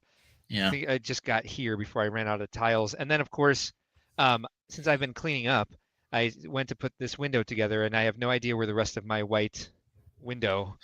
How many did you glasses. get? You must have a bunch, right? I'm sure there's a bag of it somewhere. Yeah. I did find a blue curly plant piece this week. I Blue sent you a curlicues, picture. yes. It was Yeah. camouflaged on some foam that I used to. I think I also had a box on top of that, but Yeah. it was sitting on some of the foam that I used to line my boxes with, my transportation boxes, and it Yeah. just kind of blended in. I was just like, Like oh look, the- there's a bag of something there. The Some bag, black the piece. bag itself looked kind of dark, like it'd been beat up a bit, so it wasn't super Yeah. easy to see through. So Yeah, I was gonna show it to you, but I don't know where it is now. you probably lost it again for the third time. Exactly. Yeah. All right. Oh well, I don't think we're too crazy about that piece on there. I just wanted to put it on there consistently so we could get an idea. So that's fine. I think the universe is telling me not to use it. Right. Whatever. Yeah. All right. Well, that's fair enough. Now there's Big Mark. Look at that. Now you're on the right, not the left. There you are. Hey, look, it's me. Wandering around your office with the headset on. Looking What a for, fancy man. Looking for my freaking blue curlies. What? All right. Well, our next topic, now that we're almost an hour and a half in, Yeah. we is certainly are. releases, where we can talk about what's new in the Lego world in terms of what's coming out, and then also maybe what we got on January 1st. The what's coming out bit is going to be pretty short, so let's cover that real fast, because really there's only been 2 things that have sort of popped up, and they're, well, 2.5 things. But the 2 things are both Ninjago, which doesn't necessarily mean bad. We had a couple of big Ninjago set releases last year that we really liked. The Dragon Stone Shrine and the Wolfmask Shadow Dojo. Mm-hmm. So there's a heavy dosage this year, and maybe everybody sort of knew that, of dragons. Probably because I think Dragons Rising has been the sub theme. So I guess we shouldn't be shocked that there are dragons and more dragons. But here are the kind of the 2 that they've just unveiled now. Say, Brick and One Bread, of I them- don't think was here when we talked about the donut truck, because I'm Yeah, pretty sure we have. We have for sure. Yeah. The first one here is the Ark, who's the dragon of focus. Apparently he's 2-headed, it appears. He's half and half. At least we don't have to count all 7 heads this time, like we did. Yeah, I think they had the 9-headed beast or whatever. 9, was it? Yeah. Yeah, some crazy number. But Yeah, here he's we a have it halvesy. here. Arc Dragon of Focus. Yeah, how about Yeah. that? This. Oh. Yikes. The helmet on this guy's kind of crazy. Yeah, it's Looks very like he's Actually wearing like it looks like he's wearing a broom on his head. I don't know. looks lizard-like from here. Yeah. The dragon design itself, Mhm. I guess it's kind of hard to see. Oh, no. All right, I get it. It's got horns that go down and one's got horns that go up. Yeah, they've used more pre-molded dragon pieces in this than I'm used to seeing them do. I think that's Yeah. I guess the problem I'm having with it is it looks more cartoony than some of the other dragons we've seen them produce. Yeah, and some of them have used these pre-molded headpieces to varying degrees of success. There were a couple that came out last year that were really good. They still use some of the pre-molded stuff. And let's definitely use more purple. I'm 100% fine with that. Yeah, I wonder if part of it too is the way they have the necks hinged. Mm. It's kind of like that big gap right in the middle of the neck. That may have also the angle of the tan dragon. Like the head was just confusing me at first. Yep.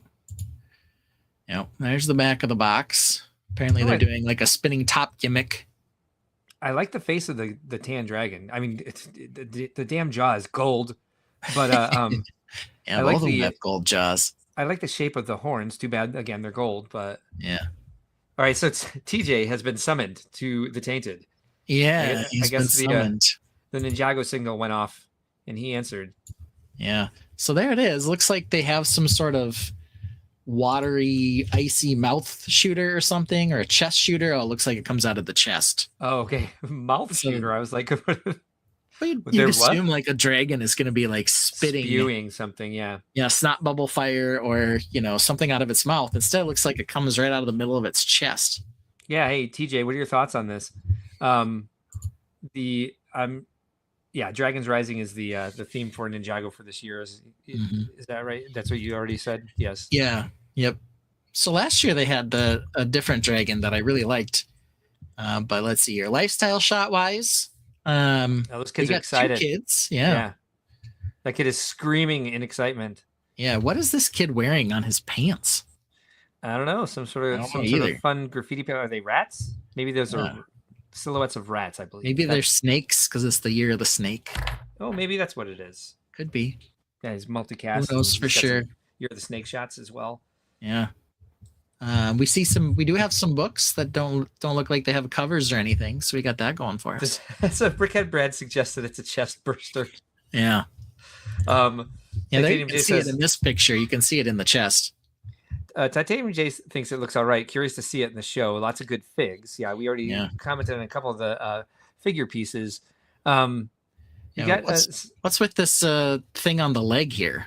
I don't know. It looked in the first image like it was like the cardboard pieces. Yeah. Like it's a panel that gets clipped like on or something. Lightning or something. I don't know. Yeah, it looks kind of like that cellophane-y, if you plasticky stuff. If you go back one shot, to the lifestyle shot, I feel like the direction on set from the producer was like, scream your excitement, scream at the set, because in the set before that, the other kids screaming at it. It's like, open your mouth wider, like you're enjoying it so much your jaw is on the ground. You're having so much fun.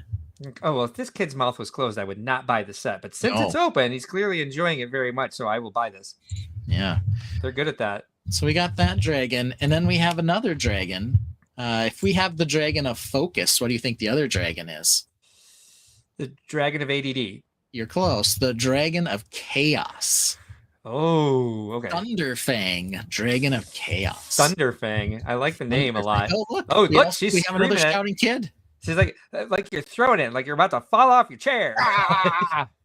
I will say that Thunderfang here is much more compelling than the 2-headed dragon. Yeah, I love those. I love those wings. Yeah, and they have the pre-molded head here, and it's not nearly as annoying. I like that he's got like a collar on, like they're trying to lock him down with the collar. So did they not have a close-up of the figs in the lifestyle shots for the last one? They had one, but half the figs were blurry. It only focused on the spin top. Oh yeah, and but usually they like line them up and they're like, look at the badass figures that we have, especially look at the badass figures. Yeah. So Titanium J says he's a bigger fan of the Thunderfang dragon. Yeah, so are we. Very cool. Love a villain build. Oh, he's bad. He looks so sweet. You can tell he's chaos because look at those spinny things on his wings. I don't know. He's cute like a little puppy. He's got those cardboard things on him too at the end of his tail. Well, no, the one on the end of his tail is definitely a piece. We've seen that piece now a couple times. Oh, we have? Okay. Yeah. But shows what I know. Yeah, the ones on the legs of that other one were kind of strange. That would make a badass mohawk for like a big fig. Yeah, totally. And they do have one of the little dragon warrior guys who's pretty cool. But yeah, there we go. Just want to see this as a video and her just throwing it off the table and like rolling onto the floor. Yeah. We've got a lamp. We got to add lamps now to our lifestyle shots. We've seen a lot of lamps recently. I like that really tall globe. Yeah. Do we have mismatched chairs? We can't quite tell, but probably. Can't tell. No. And then I couldn't tell in the last one either. random I looked. briefcase. Yeah, TJ random leather object is what we're gonna have to add to. TJ also says the tailpiece is new for this year, also in the January Ninjago sets. Okay, good to know. Yeah. Good to know. There's a few of them. Yep. So there we go. Oh, this now he's missing the wing iPad instructions are back. Certainly are. Definitely not the step that she is on. No. But, what if? Yeah, and it's a very odd spot to be in the build with just one wing missing, and the last side build of the little, I don't know, the little stand where they sell food, maybe hot dogs, probably hot dogs. Yeah. I couldn't think of any. There Mochi. They sell mochi. There we go. Probably. Yeah, it looks like it. Here's the box. Yeah, that's nice. That's a really good design. Yeah. So those were the new Ninjago ones. There's one other thing to show quick, but I did want to go to. There's a lot more to talk about, actually. There is? What's on that plate? Chopstick and Rocks. Yeah, we had some new official releases.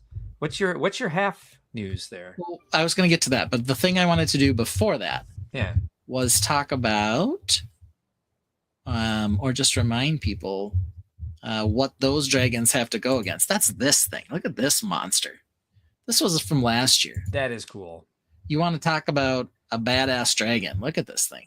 That's an excellent set. Yeah. Yeah. I mean, how do you beat that? And Too then try much gold. to come out with this other one. It is got a little gold on it. Too much. There's always that.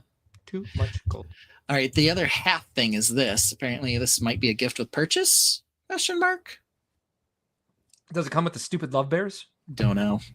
I don't think we have details yet. This picture also has a white hair in it, right up here. So pretty cool. Oh, yikes, Source it sure Dragon does. of Motion is apparently what that one was called, and he is awesome. I agree. Do we want to talk about this? Because it's official. Yeah. Where'd you get this? I got this from Jay's Brick Blog. All right, Jay's Brick Blog. Way But to there was show an us. Instagram post I picked up earlier today that was like the Lilo and Stitch house is officially revealed. So this is, from what I understand, official. So All right, awesome. yeah, so look, there it is. There it is, the Lilo and There's- Stitch house. I'm not sure. Oh, hey, I'm frozen. Can you see me? Am I still here? I can still see you. Yeah, Oh, okay. you're still Well, going. I'm frozen over here. But so we got a minifig version of Stitch. Did we have Yeah. that in the? We had that in one of the. Didn't we have one in a Disney set like the 25 Years of Magic or something like that? Wasn't there a Stitch in that already? There is a Stitch CMF.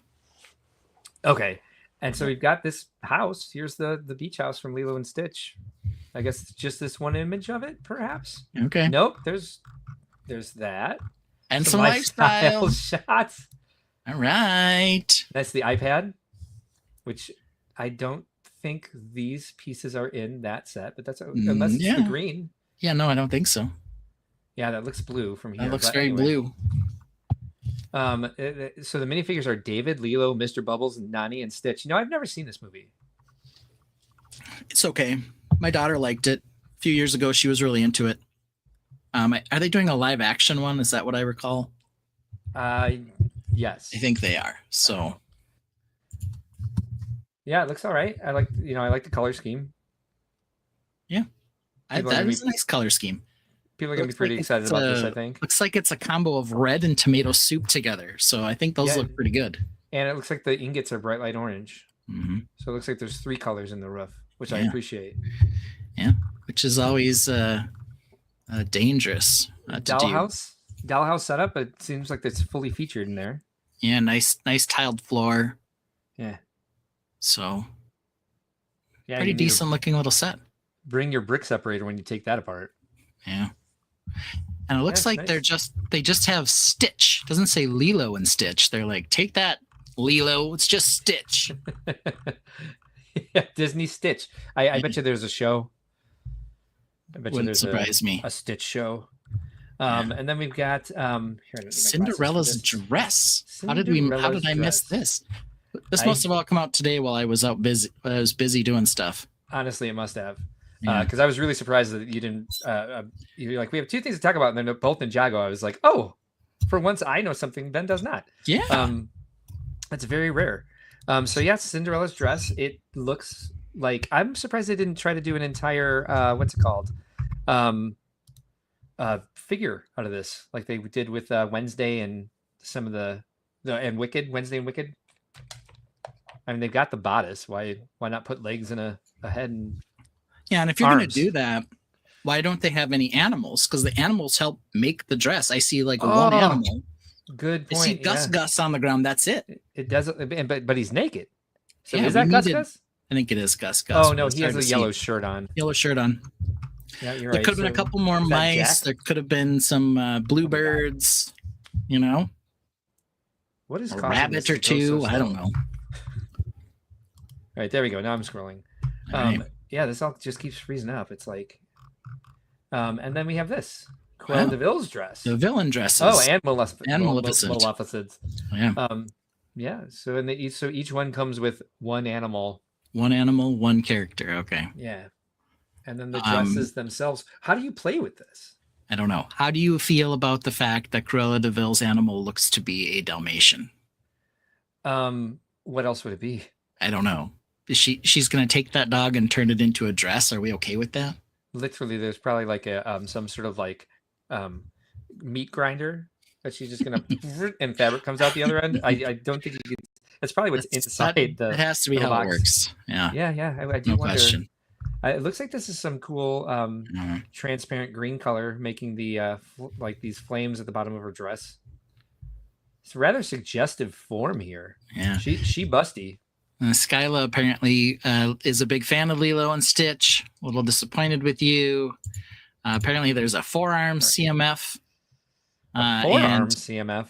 yeah, so Stitch has 4 arms. Oh, He's an alien, and he like stuffs 2 of them back inside himself, which is I was kinda like weird. this. Yeah. Let's see here. That appears to be it. Brick Orphanage suggests he'll get the Stitch one, but just for the spaceship. There was a quote in this though, so not sure who he was quoting, but I like it. Cinderella's dress looks a bit, not wonderful, says VMAC. Yeah. That was his exact verbiage, was not wonderful.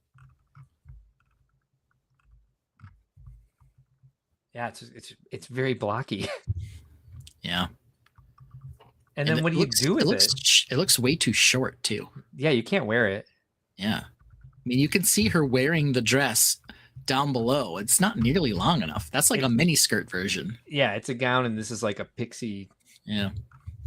a circle skirt version of We that totally know about women's fashion over here. 100%. So I believe Brick Orphanage perhaps is saying he's just getting it for the spaceship.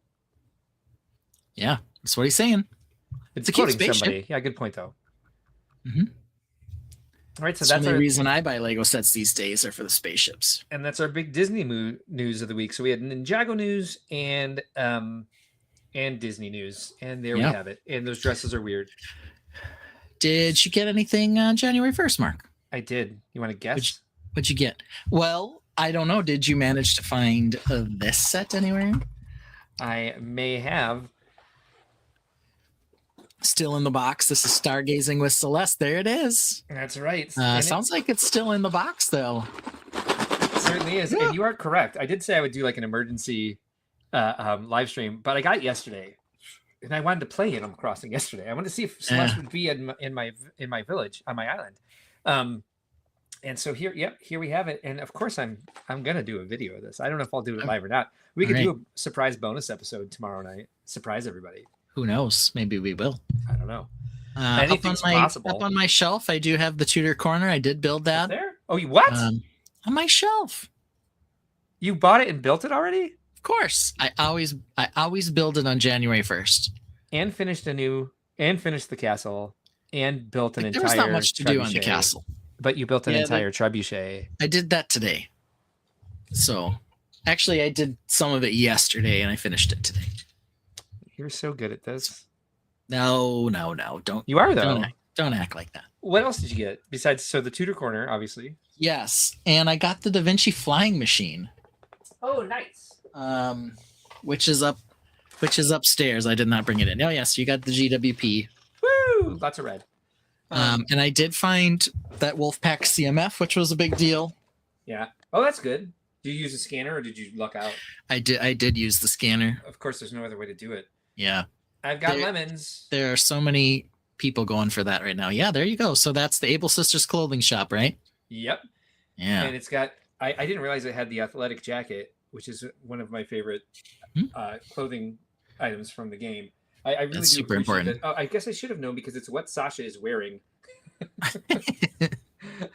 on the front of the box. Apparently, I don't pay very good attention to stuff anymore. Yeah. And then, of course, I also have Leaf. So, I mean, this would be a damn good there you go. video because I'm excited about having Leaf as well. And I believe, oh no, it's not this one. It's That's a Celeste. full stream of Animal Crossing worthy stuff. And we could build Celeste together and both take observations about what's in it. We could do it simultaneously. It'd be Put our crazy. cameras on our Yeah. And then you know what I did then? Oh, drum roll, please. Oh, that one looks nice. I like it. I could not help myself. It's just Wow. too damn cute, That one is good. and it I do not think I've seen that one in person yet. has bees. Lots of And- bees. It's a beekeeper's house, so it has bees because that's what he keeps. Yeah. I like that one. I think that one's probably one of the better designs of the Friends ones we saw. They really are having another good year, I think. I mean, just let me see. Is it on the camera? Hold on. Yes. Yeah. The curved edging for the garden. I'm blocking my own microphone. I don't know if you can hear me. Yeah, no, I can. It looks good. I like it. The little octagon shape build-ups there. I like that. I'm very happy Yeah. with my January 1st haul. Then I found this one as well. Oh, the kitty cat. How Uh, come you have not given that to Mara yet? Are you going to give that to her? Because I thought you were Probably. super excited about it. Okay, yeah. probably. Yeah. It is You- super cute though. And now if I she's really like it. watching, she knows you have it. Yeah, she's been down here, but she didn't notice it. It's the tree that's So- over. I'm like, what's on the ground over here? The tree I dropped on the ground. Yeah. BMAX suggests that that dress is Yeah. when Cinderella is a fire pole enthusiast. So, That VMAC attack is always suggesting stuff. he's very suggestive, I must say. Yeah. He's one of those creative types, so He's suggesting things. He's very suggestive. fire pole enthusiast. Yeah. The other big rumor that we'll eventually get to, because they haven't shown it yet. Yeah. They're supposedly doing another 3-in-1 castle creator. It's set for a summer release, so I think they're saying Oh. June, did but I don't think see we've that seen a actually? picture of it yet. So unless you've Um, seen it, I am checking. I apparently think I today was not my day. saw this on Lego Leaks on Reddit. Ooh, They're coming out with another Trevi fountain. I haven't seen that one yet. Okay, someone's at the somebody door. here? I believe so. Hello, Um, people. Hello, whoever. This one. Oh no, Matt's home. That's All right. he said. He said he didn't know when he'd be home. 8:45. He's gone for 3 hours and 45 minutes. That was a party. Oh yeah, I do see the fountain here And they've got in some. the leaks. Yeah, but I there's still don't see the castle. there is a red panda from Turning Red. There's some Harry Potter polybags. A Spider-Man polybag, which looks cute. Actually, not showing you guys. I'm just looking at it myself. You can watch me look at Lego Leaks. Yeah, a lot of this stuff is. Oh, those are some Easter crap. Yeah, Easter crap's my favorite crap. Yeah. There's supposed to be a big end released in August. I guess we'll see. So we'll find out. Yeah, most of these are not actually leaks. Well, that is. Yeah, So we've there's a had good couple luck. We've had good leaks in luck with leaks actually being true. Yeah. So it's been pretty exciting. I haven't seen, so it must not be out yet. The flower arrangement. That Mm. must be a March release. Yeah, and a few I other mean, things that are apparently let those March things- releases. Let's let those things start rolling in because we gotta get ready for March Madness again. I Yeah. liked doing that last year, and I'm excited about doing it again. All As long right. as you put the bracket together, because you were really good at that, and I Do we have Would not one know how. region that's just F1 sets, all vroom vrooms, and we have special guest commentator? would We'll that have to be? bring in VMAC probably wants it, but I'm going to bring in Girl Bricks a lot because Yes. I want the opinion of a real fan. Yeah, true. Good point. But no, actually, I've Abaris is also a fan. Oh, nice. So we could have an entire panel of people who would help us through that region if we had just one region of F1. But I don't think we're gonna be able to do that. There are just too many dang F1 sets. I could take an hour break for that. Yeah. Oh, he feels BMAC burned. says burn. Burn.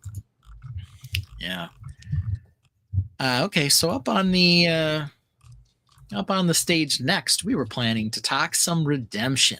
Oh, were we? Oh my God, that scared the living shit out of me. That's your dog. It She's is my down to dog. visit you. Yeah, hi, sweetheart. Oh, did I put Lego sets in the way? I'm gonna leave because it's definitely that time of the show. Actually, hour and 45 minutes. It's kind of like I missed my first pee break. Yeah, it's amazing. And we've still got, 15 minutes before we normally get into ridiculousness. So we're chugging right along today. There might be a few things that happened on Friday night we can talk about as well. Definitely. We can drag our feet for a minute for sure.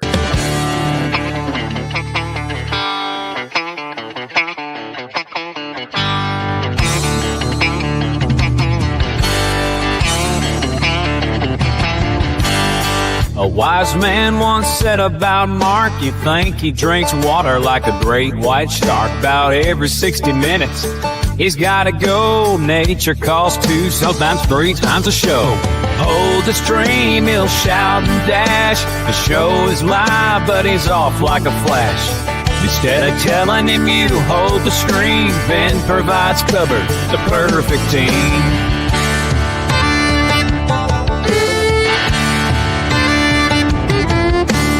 Yeah. But let's get into some of the news. Do you need the bathroom break before we go? Yeah, I'm gonna go ahead and take the bathroom break now, and then 40 minutes later, I have to take another bathroom break. Like, hey, I made it 2 hours. Now it's like, well, now you're making up for lost time. So I'm gonna go.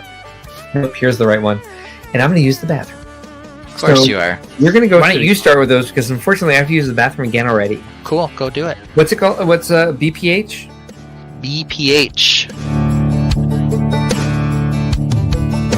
Ben plays a tune 2 minutes long while the Tainted sing along. Keeps the show rolling smooth, no rush. Mark mutes his mic so you can't hear the flush. Mark is muted, so let me unmute him. The reason I mute myself before I go is because I like to keep listening to what's going on, but I don't want everyone to hear me pee. Yeah, I managed. It's been 60 minutes since I last went, so I'll mute it. Yeah. There's something up with my internet tonight because it's like your browser failed to play the clip and it just stopped. But luckily I was back already. So interesting. Blue balls on the song. Yeah, I don't know what's going on tonight. If I played it, do you think it would finish? Sure. Maybe next time. Yeah, maybe next time. So any other songs we play tonight, I guess you should take over the reins for that. What's going on with my? I have the full eye. I have the full internet, and I don't have any other programs open besides Firefox. Anyway, VMacatech says do a play-in game for the F1, so only one speed champion, one city, and the FW14B make the bracket. Yeah, probably something like that. Yeah, except the city ones are already out. At least most of them. Yeah. Maybe not all of them. Yeah, maybe we won't have to worry because it won't be a March 1st release for F1. Yeah. I think the speed champions and some of the other F1s are, but some of the city ones are out now. But I don't think it's all of them. And it's definitely not the little mini boxes. Those aren't going to make it into the bracket anyway. How do you know? Maple made it to the Final Four last year. Maple versus F1? I'm just suggesting here. Silly. I'm not saying I have any insight. I'm just saying. It's very silly of you to suggest. So right now, let's talk a little bit about Friday Night Bricks. Because Mark and I don't show up there together very often. No. But every time we do, something happens. And it always seems to be the same something. Yeah. So if anyone recalls, the last time we were there, we had a friend of the show who we invited on named Larry.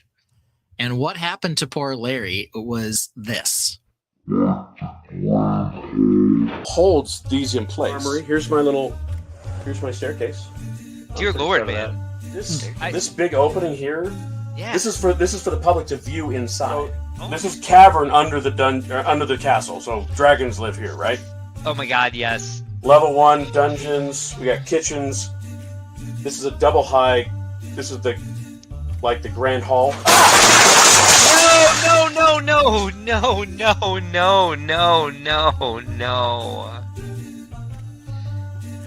You know what? Like the grand hall. Like the grand hall.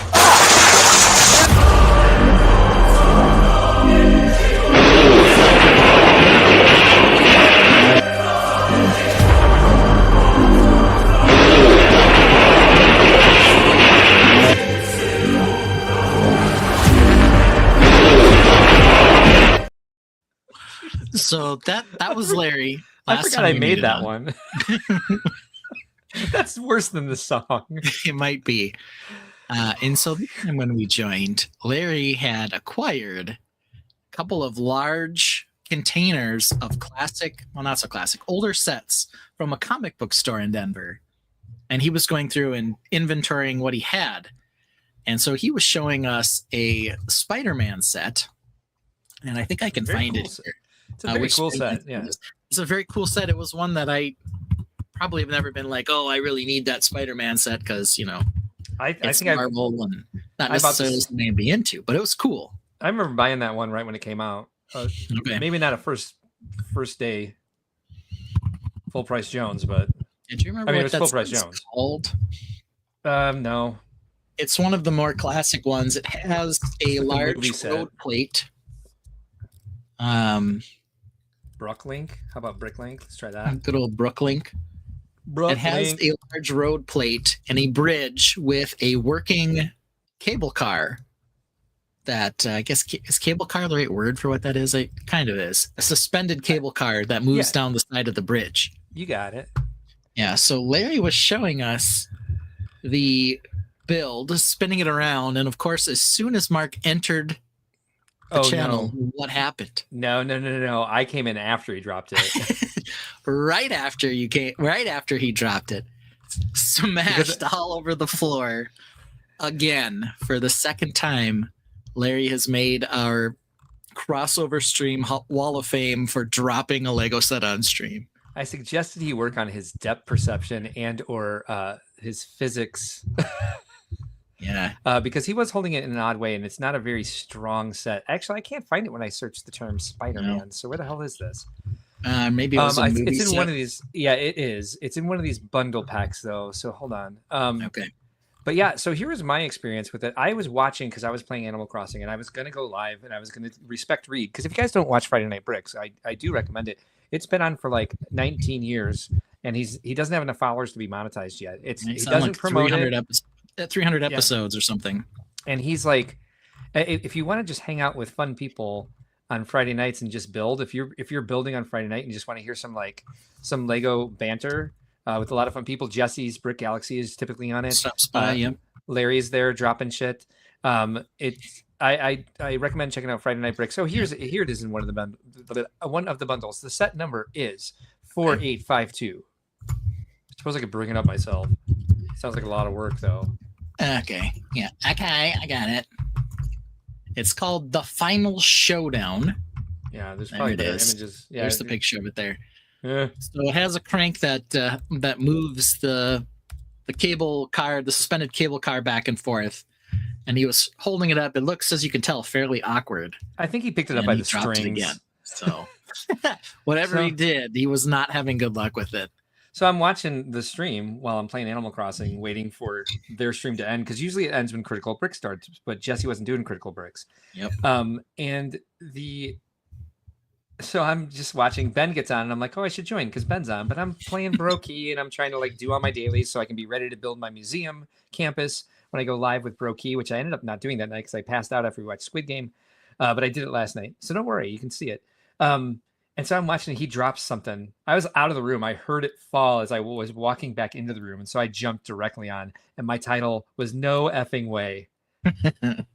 Yeah. Yeah. He's 2 for 2 when we're on the stream dropping something. So embarrassing for him. He got it back together very quickly. Yeah. It was funny because he kept showing pictures of or holding up parts of a build and saying, what is this from? The Star Destroyer. It was almost inevitably, it was a Star Wars set or a Spider-Man set. That was like pretty much all this guy had. Well, and he didn't believe he had a Star Destroyer. We're like, no, that piece was only available in the That's Star definitely Destroyer. in the Star Destroyer. And he's like, is this in the Star Destroyer? And we're like, yes. He's like, well, are there white pieces in the Star Destroyer? We're like, yes. White and blue are the frame inside. What's this part from? That's also from the Star Destroyer. Yep. But he only got like 4 small pieces of the Star Destroyer. Yeah, it wasn't the whole thing. So that was too bad. Whoever snatched up the other 2 bins, because he bought 2 out of 4 that came in, definitely got a Star Destroyer. He said by the time he got there was only 1 left. Is that correct? There were 2 left. Was there? Okay, there was 2. Yeah, and he got parts of the Cloud City. Yeah, he got a lot of the Cloud City. For some reason, they had known enough, the comic book store, to go in and take out the Boba Fett. So the big expensive figure was gone. No, it's the Lando. The Lando is worth more than the Boba Fett from that. No, the Boba Fett's worth more, but the Lando was in there. Oh, okay. So he did get the Lando. Yes, that's worth like $1,500 or something. Yeah, I think the Lando's only like $300, but Boba is like $1,500. It's crazy. Cloud City Boba is like the holy grail, I think, for a lot of folk. I have that. So, and I don't care about freaking Star Wars anymore. So let's see what I swear to God I looked this up recently. Oh, whoops, sorry. We can stop sharing my screen.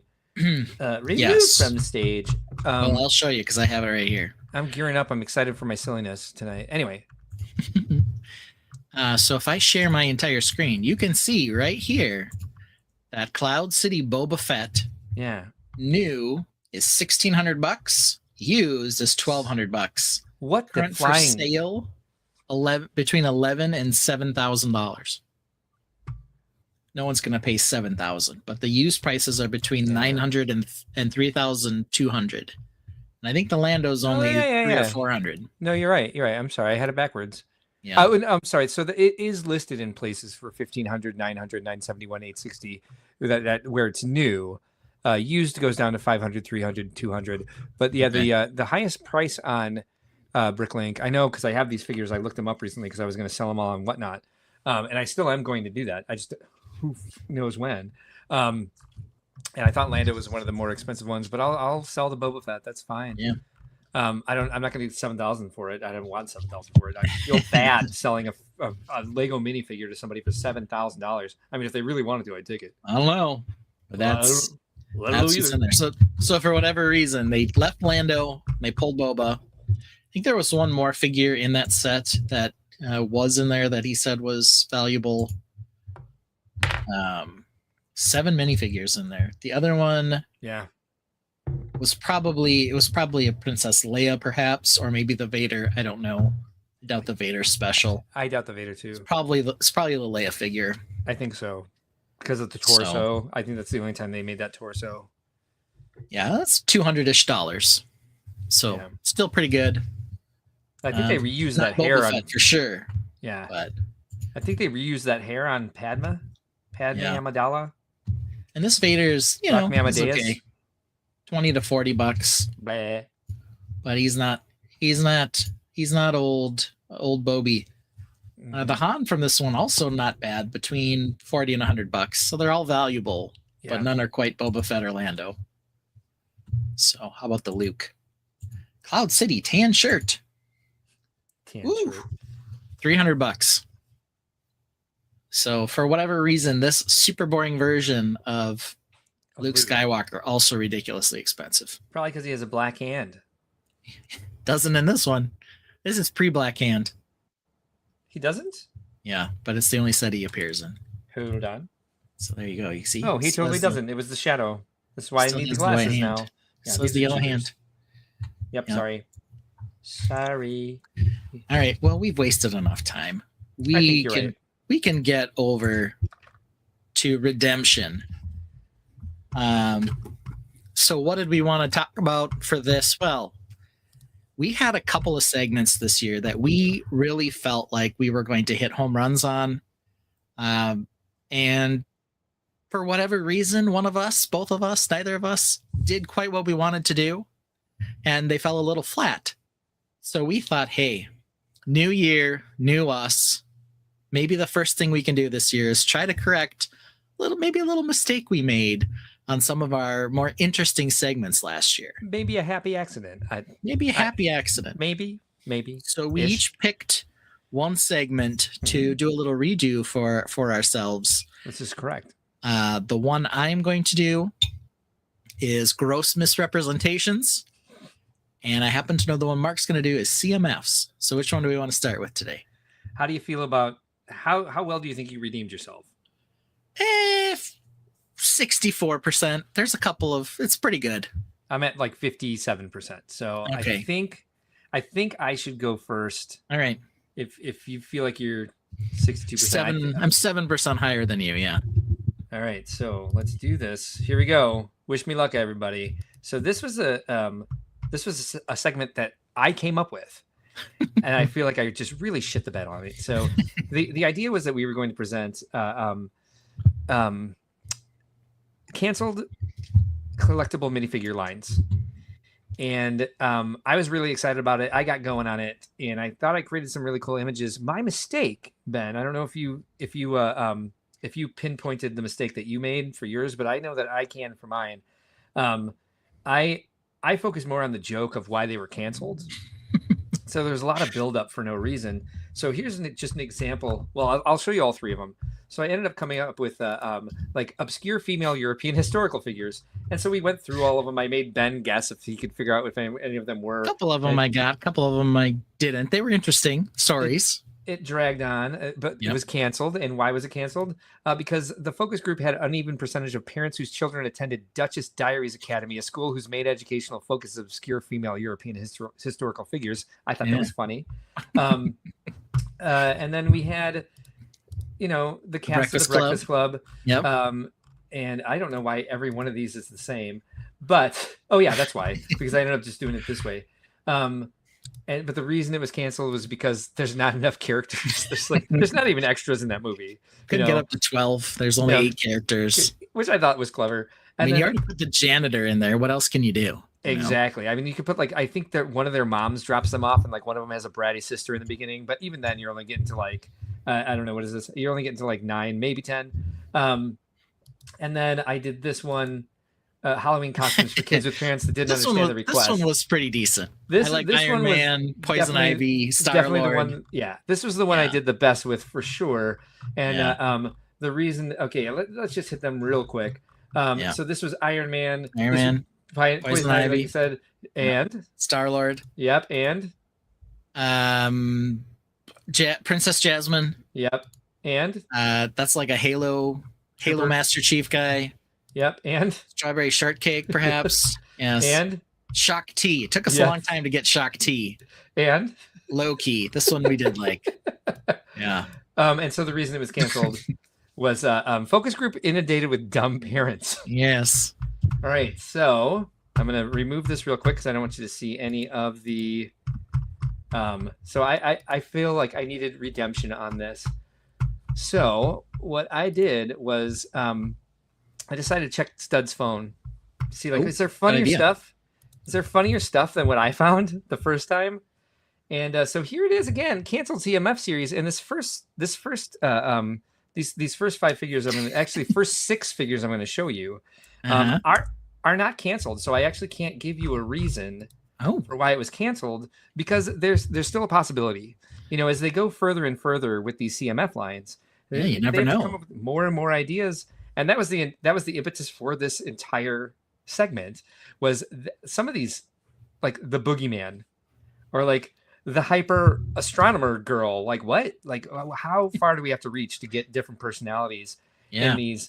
And so that was kind of the idea of doing this, is how ridiculous are we at? What are we on, series 27, something like that? 27. Yep. Hey, look at me knowing stuff. Yeah. So here is some and that I just found. The numbered series, because we also had Simpsons, Disney. Some was without numbers in there, so we're probably up to 40ish. Good point. I would guess the same. So here's some of the ones that I found that they're considering putting into future CMF series. So we may see these someday. Right. So first one up is this guy. Who is this? Let's see here. Well, we got this is like a Frost Bear type. This is like a Reed. This might be Reed as a CMF character. He's got an ice bear. He's got a jacket on for living in the Midwest. He doesn't have much hair going on. This feels like Reed. You know what? So, it did kind of remind me of Reed, but I don't think, they might know Reed. I'm sure they've met him or whatever, but they're not going to. But not everybody knows Reed, right? And they're not going to call him that because then they have to pay him royalties. So of course they're going to pretend like they don't know him. Put a pin in this comment. And thank you, V Mac Attack. I do appreciate that very much. I forgot about that last one. That last one was rather clever, but the first two bit pretty hard. So you're very close. It's not called Reed. It's called the Ice Bear Tamer. Ice Bear Tamer, of course. So all of mine are gonna all of my segments, by the way, are gonna quiz you on what they are first. Yeah, and of course. I'm excited about that. So Ice Bear Tamer. This is like Taco Tuesday Ted. He is a grumpfluencer who is mad that Taco Bell doesn't have the rights to Taco Tuesday. Instead, it's Taco John's, and they're hating on it. Yeah. Does he have a name? I mean, he's wearing a plaid shirt. He's getting tacos. He's grumpy. Do we know this guy? I think this is Hippie Taco Tuesday Hater. I don't know. Okay. So this is Grumpy Man eating a taco. And then when he surprisingly close. So we talked to this guy recently. He may have left the stream on Friday night to go buy tacos, and I told him to go buy some more plaid. His name is definitely Kevin. Yes, but alternate candidate says Kevin. He got it right. Nice. All right, so he hates everything. This guy does. Who's this? Oh man, she's happy. She has a flower. Mm-hmm. This is a happy sunshine flower girl. Oh my God, you're so close.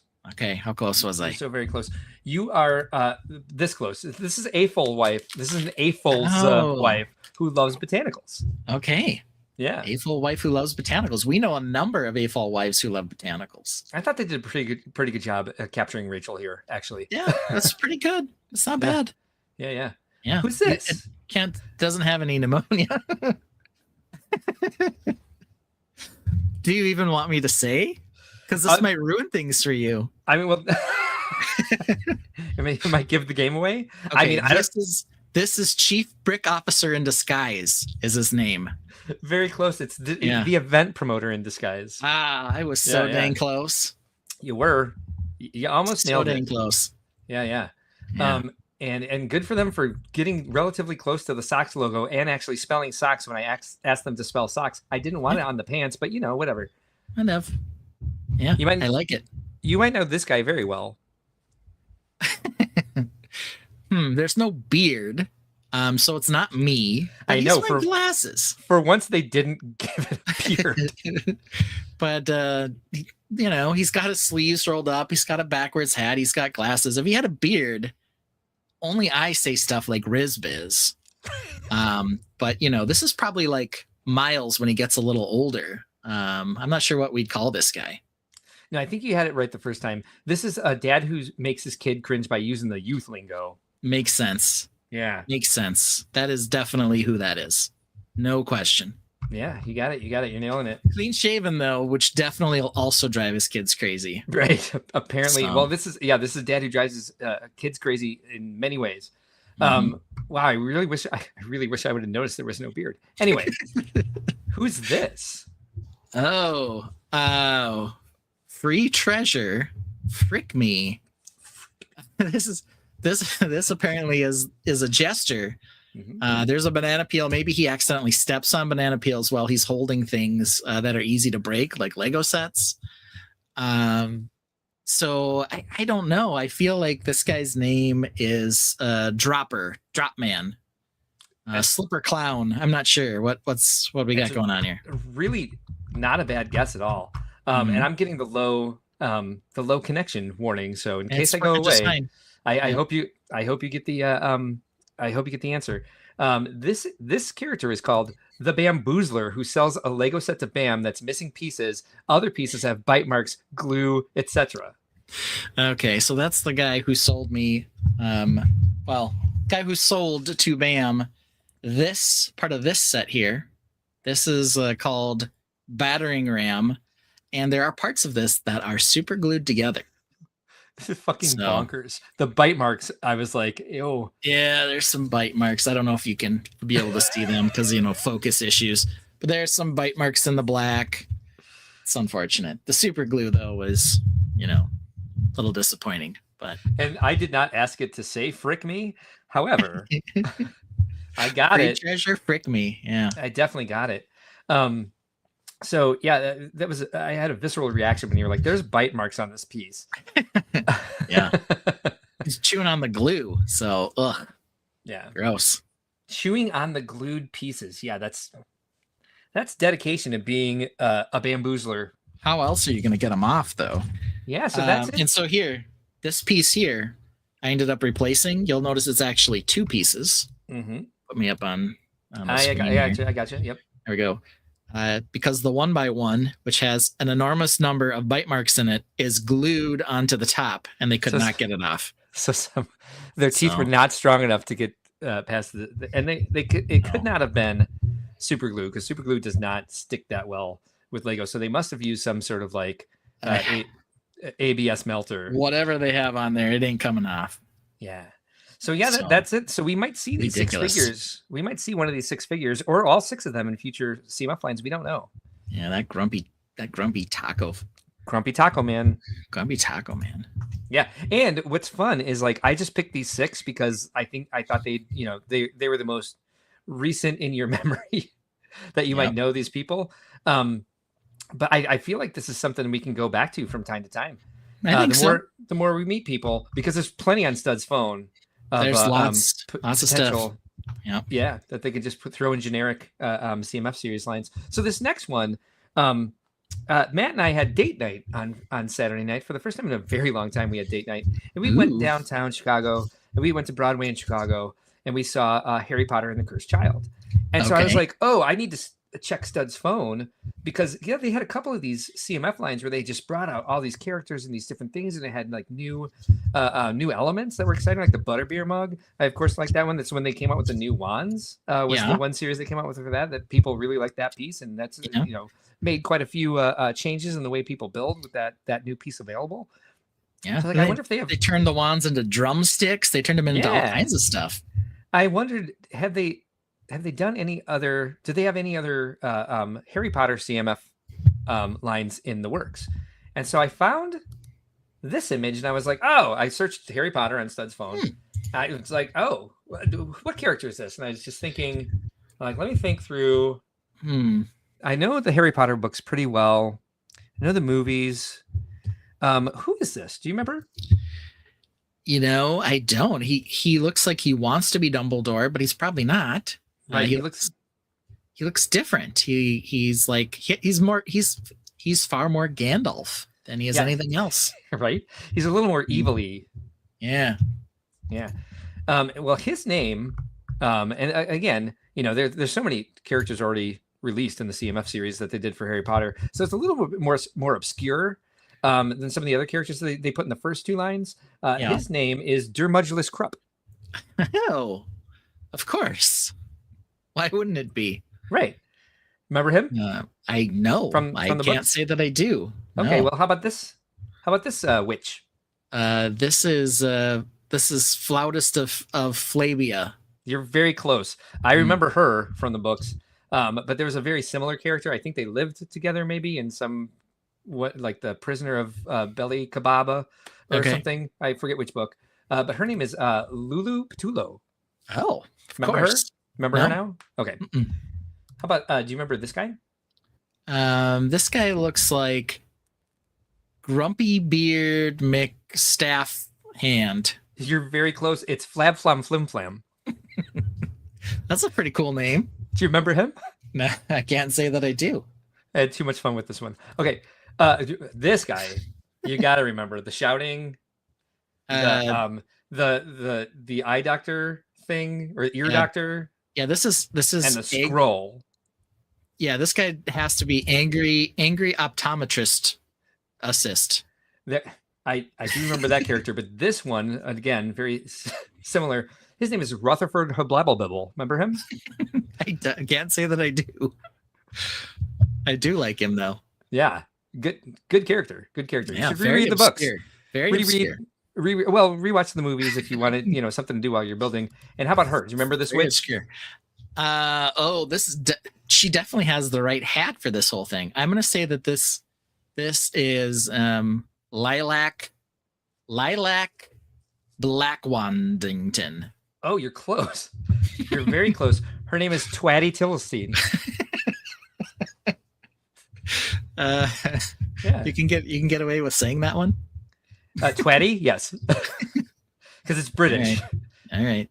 Twatty Tillestein, yeah. You say so. So you don't remember her from the books? No, not at all. No, Very interesting. I'm so bad at Harry Pottering. So why was this canceled? Because nobody knows who the hell those people are. Yeah. All right. Especially so Twatty Tittlestein. I think some of the favorite ones I found on Stud's phone from this canceled line, I was kind of excited about because I thought it was a really good concept. But let's see which way they went. So this is an actual CMF, and they've done this a few times where it's just like let's punch them in the face with some nostalgia. We're going to create a character from an older, vintage, old school line, and get people to buy this because they love the nostalgia. They love Lego DNA, as the Lego group likes to say. So what line was this character from? I couldn't remember. This you can't remember the line? No, not the series, but the nostalgic theme that they were calling back. Johnny Thunder. Yeah, and what's the name of that theme? Jungle Explorers. Adventurers. Adventurers. Okay. Yeah, you're all good. How about this guy? Well, that's the Wolfpack Beastmaster. You are correct. Yes. Wolfpack. All right. Yes. So, what classic Lego theme is this CMF based on? The classic theme of Canary and the Coal Miners. I don't remember that. I don't remember that theme. Rock Raiders 5. Yeah, Power Miners. Power Miners. Yeah, you got it. And then this classic Lego theme? That's Lion Knights. You got it. I would hope so. Very well done. Yeah. And this one? We've got a golden dinosaur.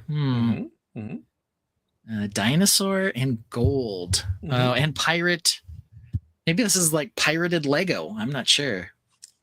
Well, you don't remember the classic Lego line of Agents? Oh, I do remember Agents. Yeah. There's the dinosaur trophy. Yeah. thing. And the guy with the gold hair and the gold tooth and the eye patch. Yeah. I guess I forgot to Photoshop in the gold tooth because ChatGPT forgot. Well, can't get every detail right. I do like the ravenous teeth though. Yep. And then what's this classic Lego line? Oh, that's definitely Bro Seas. I don't remember that line in Lego. These are all real Lego lines, by the way. Oh, this must be Pirate Bros. I don't remember that line being produced by Lego either. It's pirate. These are actually all sailor something, some sort of sailor. Boat. It was just titled Boat. Boat. Yeah. That's kind of boring. Well, it's nostalgic because they actually floated. They did. Like these Lego boats actually floated. Yeah, this is from Boat. This is the CMF throwback to Boat. How about this one? Argau. I don't know. This must be. This must be Outback, because we talked about the existence of the 3 sets that were in the Outback, and he's got like nailed it. Yeah, he's got like the kangaroo on his helmet, and is it a kangaroo or is it a brontosaur? Because Lord, there's definitely a kangaroo randomly in the background, but I don't know what happened on his helmet. Alternate candidate likes these grumpy wizards. I do too. I love their names. I really love their names. And let's see what's next. Little Twatty Twiddlestein. Twatty Tittlestein. Who's this? What classic Lego theme is this Lego CMF? Well, he's like every single version of police ever. We've got police, we've got police firefighter, we've got police water bottle, we've got I'm not even sure what all these things are. We have police snow surfboarder. Yep. I don't even know. I'll give you a hint here. He's such a badass that even his water bottle has a bulletproof vest. Jack Stone. You got it. And I actually, since he wears his name on his crotch, I had to blur that part out. Here you go. There you go. It's Jack Stone. I actually had Jack to Stone. paint over because ChatGPT put it on his feet and his surfboard. Yeah, VMAC just guessed it was city in general. No, this is Jack Stone. Yeah. Yeah. All right, you start to get a little bit. Like, Yeah. Okay. Hold on. You do like what? Don't concentrate. You're gonna say what? You like what? I do like the water bottle with the bulletproof vest. Of course. There's Who nothing doesn't better have than that. There's plenty Yeah. of those in the Jack Stone sets too, so Yeah. it makes perfect sense. So let's get a little bit more difficult now. This would appear to be a spider monkey. You are correct. I don't recall a line with a spider monkey, though I probably should. You might. I'm surprised that you don't have like just a little inkling of this. I don't think this would have been around when Miles was a kid. I might be wrong. I don't remember the exact years, but you are this line's namesake. I am this line's namesake? Well, it wasn't named after you Well, that's good. specifically, anyway. I don't know. I'm struggling here. Give me another little nudge here. Sure, there were no minifigures in this line. But that's a spider monkey. You are correct.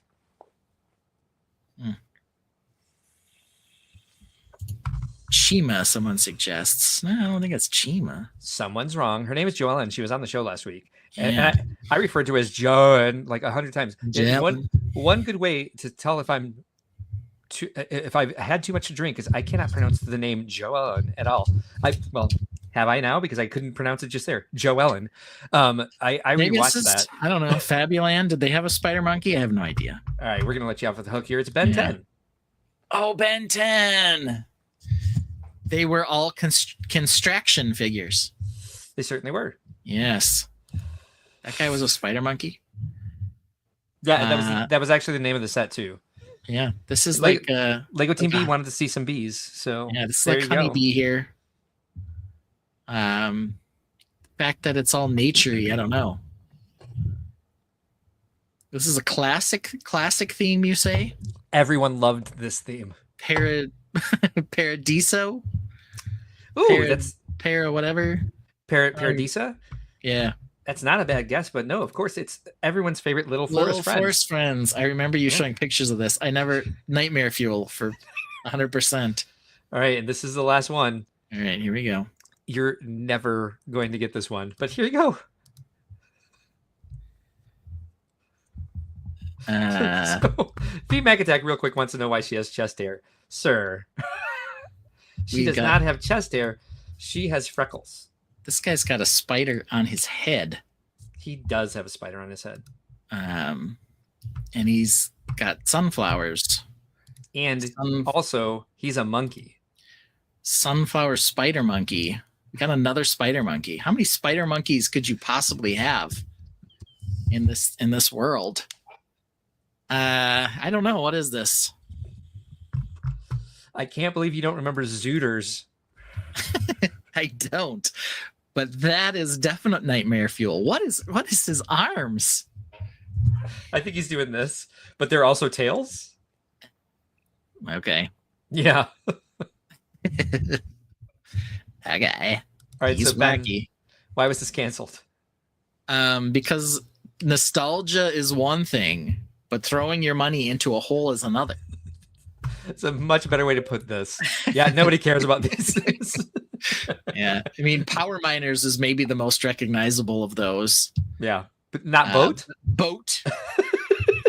I didn't know it was a whole sub theme of just boat. Well, according to Bricklink, it is. Yeah. Looks like Space Spider Ben. Boat. Space Spider Ben. Okay. Okay. Close. Yeah. We're that far off. You missed the theme Galador. Oh, I had a Galador one. Hold on, Everybody actually. knows Galador. All right, so Ben, rate me. On Did Galador.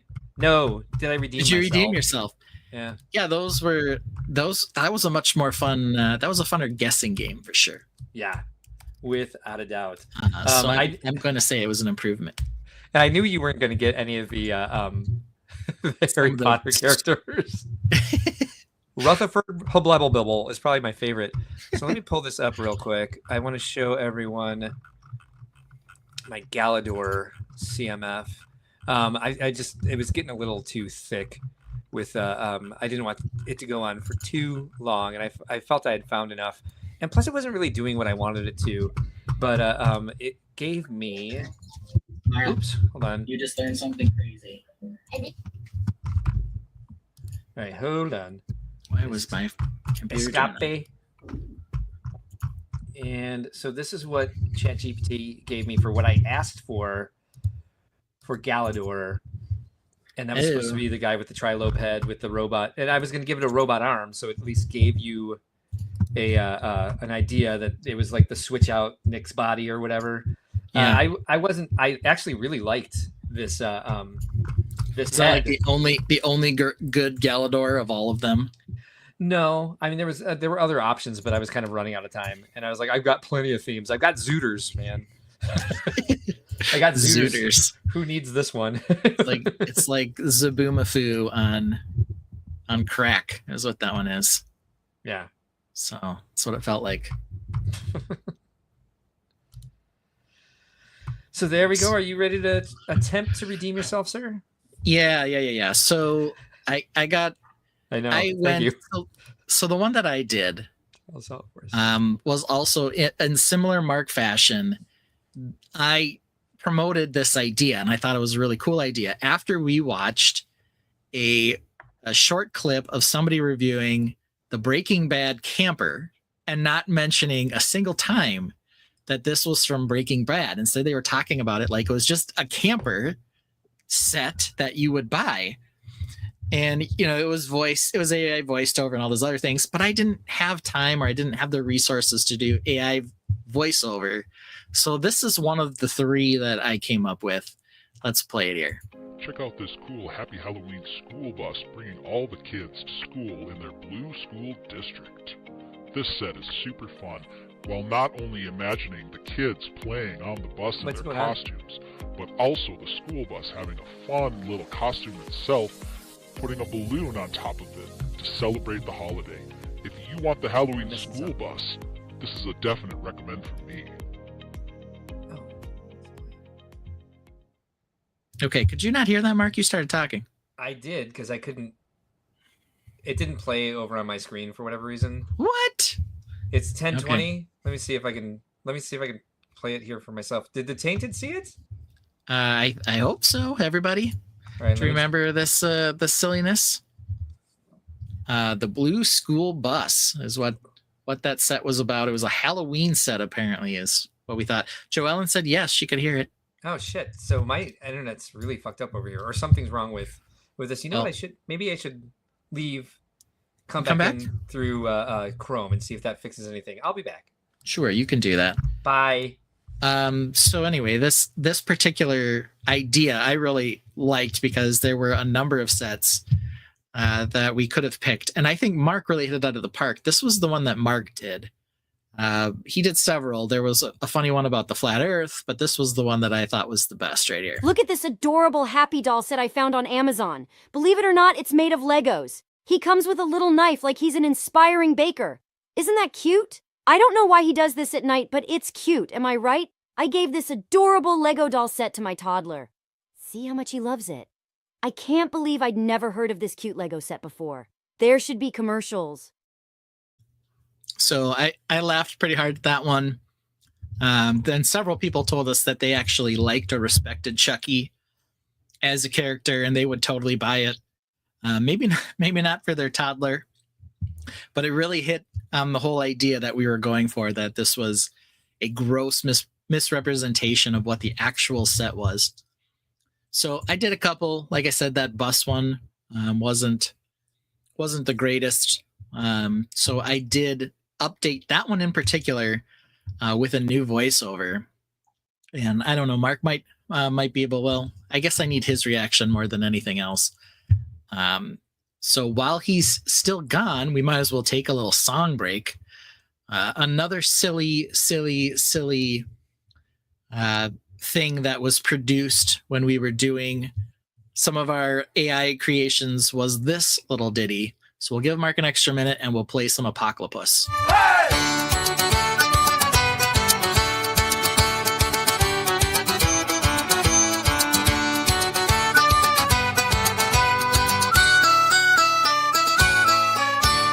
world torn apart by fire and flood. Mutated platypus rise from the mud.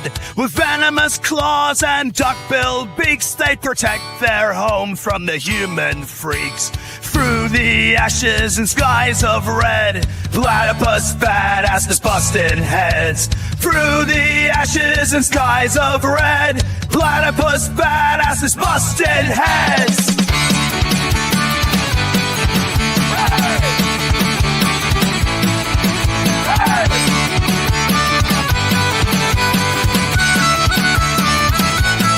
This is the dawning of the age of Apocalypse. Mutated claws rise fierce and venomous through shattered skies and rivers of rust. In the age of Apocalypse, we fight, we must. Humans beware, this land is not yours. The platypus reign in apocalypse wars.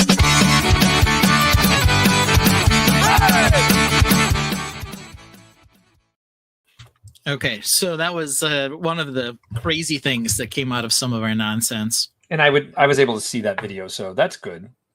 Okay, good. So we will play this thing again then. This was one of my attempts at this gross misrepresentation clip. Here we go. Check out this cool Happy Halloween school bus bringing all the kids to school in their blue school district. This set is super fun, while not only imagining the kids playing on the bus in their costumes, but also the school bus having a fun little costume itself, putting a balloon on top of it to celebrate the holiday. If you want the Halloween school bus, this is a definite recommend from me. Yeah, so I mean, not the worst, but it definitely needed the AI voiceover. 100%. Because I think that's what sells it. The witness protection program voice. Yeah, I mean, it was the best I could do. So here, similar theme. It was a good review. I thought it was funny. It was, but here comes emoji was on point. Yeah, sure. Here it comes. Here's the updated version. This is like the 2025 version. This commercial, instead of being called 1020, is now called Bussin'. Here we go. Okay, guys, did you know that Lego is doing Halloween sets now? I mean, like, seriously, look at this blue school bus bringing all the trick-or-treaters to school. It is so bussin'. My kids aren't allowed to celebrate Halloween anymore because some Karen said the holiday celebrates satin. I mean, satin? Come on. Who cares what kind of fabric the costumes are made of? So sad. Hey, is that little kid dressed as ST Pro?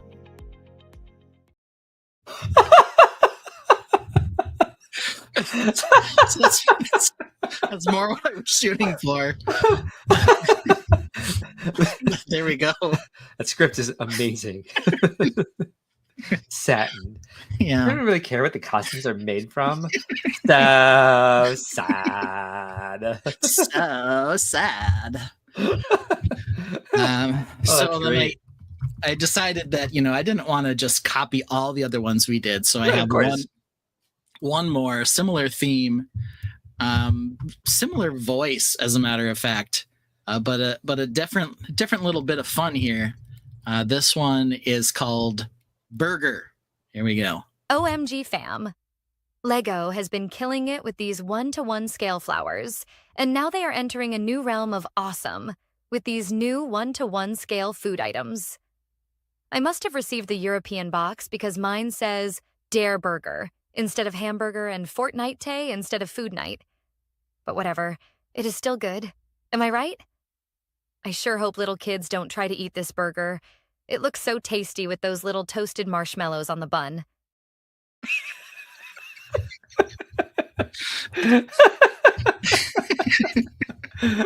VMAC is a satin. Oh my God, Becky! Look at the size of those buns. Yeah. So that's definitely more of what I was shooting for.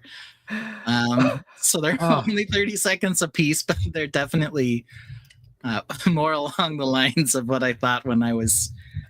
Venturing on this. As well, they should need be. To do more of those. Oh, 100%. If that's like how much longer is an average TikTok user's attention span? 30 seconds is the perfect review time. Yeah.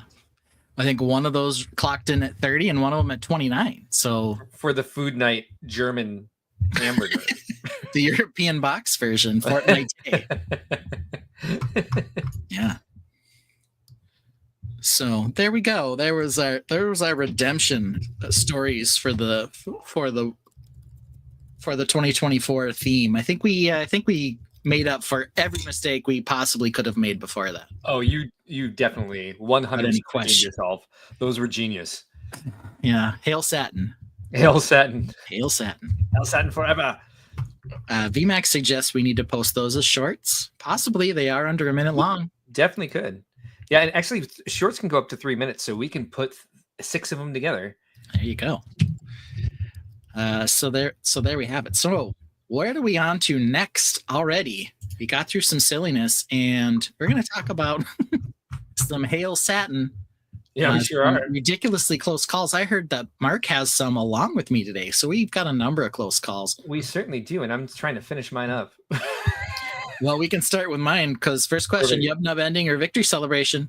Yub Nub. Yub Nub every time for Mark. All right. And for everybody else. I want to get political, almost political, almost religious. Should you tip more than 10% on takeout? Hell, should you tip at all? But if you do, should you tip more than 10% on takeout? What's the person doing? They're handing you a bag, making sure possibly that it's ready. And half the time, if you go to Buffalo Wild Wings, they're not even talking to you. They just make you stand at the counter for 15 minutes to see if you're just going to leave the food for them, it seems. Is this from BW3? Yeah. Really? Oh, yeah. So that... and they're always like, hey, the food will be ready in 15 minutes. And then I show up there and they're like, yeah. 20 more minutes, sorry. To yours. It's going to be a few more minutes. Then they check in with you again 15 minutes later. Yeah, it's still a few more minutes. And you go up and wait at the counter because you're like, how could this possibly still be taking time? And it is. Just you have to wait there all night. But half the time they make you tip when you order, especially if you order on the app. Yeah. So they're like, hey, you're going to get takeout. You want to give them $5? And I'm like, if I don't give them $5, they're going to take more than 20 minutes to bring me my food while I'm just standing there like a moron. VMAX says, nope, tips are for service. So we do takeout tips. I guess so there's a couple places I go to where they're kind of mom and pop, and I know the people. That's easy for me to hit 15%, sometimes 20, depending on how much I'm ordering. I would say if I went to BW3 and they were like, how much do you want to tip? I don't think I'd hit no tip because I used to work for tips. And so I know how it is. Also, I know for BW3, there's definitely, I will say this in defense of BW3. We've busted in there very late at night on the way back from shows many times. Mm-hmm. And they're like, we're not taking orders. I'm like, are you taking phone orders? Because I see stuff going out and they're like, yes. And so then we get on our phones and order. And there's 3 people working. They've got the kitchen, they've got the front, they've got people still seated at tables, they've got Grubhub people coming in, DoorDash people coming in, pick up stuff. So it's just I know how it is to work in that sort of environment, and they're not really the best. For one thing, this is more of a question for me, and this would not be a close call. This would be who should pay restaurant employees a living wage? Us or their employer? That for me is the thing. And so we kind of have this tipping culture here in the States. It's interesting to me when Cop Mike and Ras came and visited. They were rude to all the restaurant staff whenever we went anywhere. And I finally mentioned it. I'm like, or no, they actually mentioned it to us. They're like, you guys have these long conversations with food, with your waiters and waitresses. We don't do that in Scandinavia anywhere there. It's just they bring the food and there's no relationship involved. That's their job, is to bring you the food, take your order, and no one's friends. You have to mean to them, but you're not friendly because it's not about that. It's not about making friends or asking where they're from, or making do you have kids at home to feed? So should we tip you more? That sort of yeah. It's definitely a culture here. I think it's gotten out of control since the pandemic, actually, and I think since people are noticing it more, since food costs have gone up, especially for takeout, and dine in and delivery. People are questioning this more, this tipping culture. And it is interesting. If I go to if if I go to a takeout place here in the city that's just like a coffee shop, I'll drop $1 if I have it in my pocket into the tip jar. But being asked to add a tip to takeout that starts at 15%, because it's like the question is here, should you tip more than 10% on takeout? It's like 10% isn't an option unless you hit the custom button. Yeah. Which is it's and then they know you're hitting the custom button and they're like, oh, 25%. That seems like a good amount, right? And it's almost like you're pressured into thinking that it should be 25%. Yeah, 25%. That it should be this 25% every time. I Remember told when you the standard was 18? Yeah. It's like they had like one of the first apps I downloaded was Tip Calculator. Yeah. I don't know. I don't remember. There's a couple questions here. Amy says, what about if you are at Panera? So you tell me what about it? Because I don't know. I see much of a difference between that. Yeah, same. VMAX says nobody tips at the drive-thru. Oh, they do for coffee. Oh, they do? Some people do. Interesting. I never tipped at the drive-thru. Where's the 50% tip for my Lego addiction button? I don't think there's one of those. Joellen just says it depends. So what are they doing? What's the sitch? Who knows?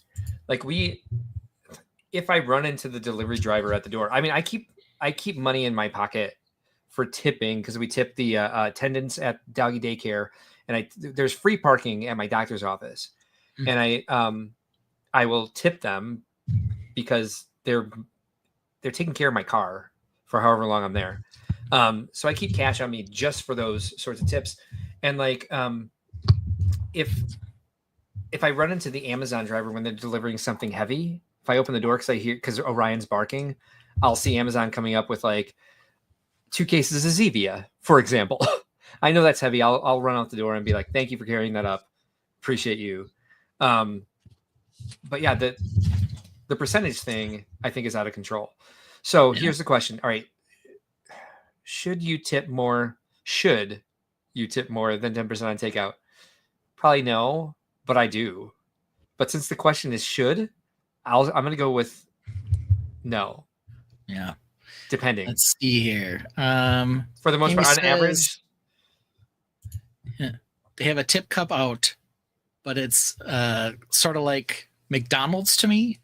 It's situational McDonald's to me. I'm not sure what she's even saying there. Similar to McDonald's. Similar. There it is. Similar to McDonald's to me. Yeah, the tip cup. As an international visitor where our wages and benefits are well above a living wage, have universal health care and no need to tip, it's truly frightening whenever we visit the U.S. Yeah, it's different. And there's like this expectation. And I think I even said not so long ago that I was at a Subway ordering this stupid sandwich for my daughter, which was all cheese and bread and nothing else.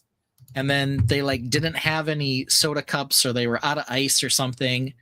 And like she told me when she was ringing me up that she accepted tips. I'm like,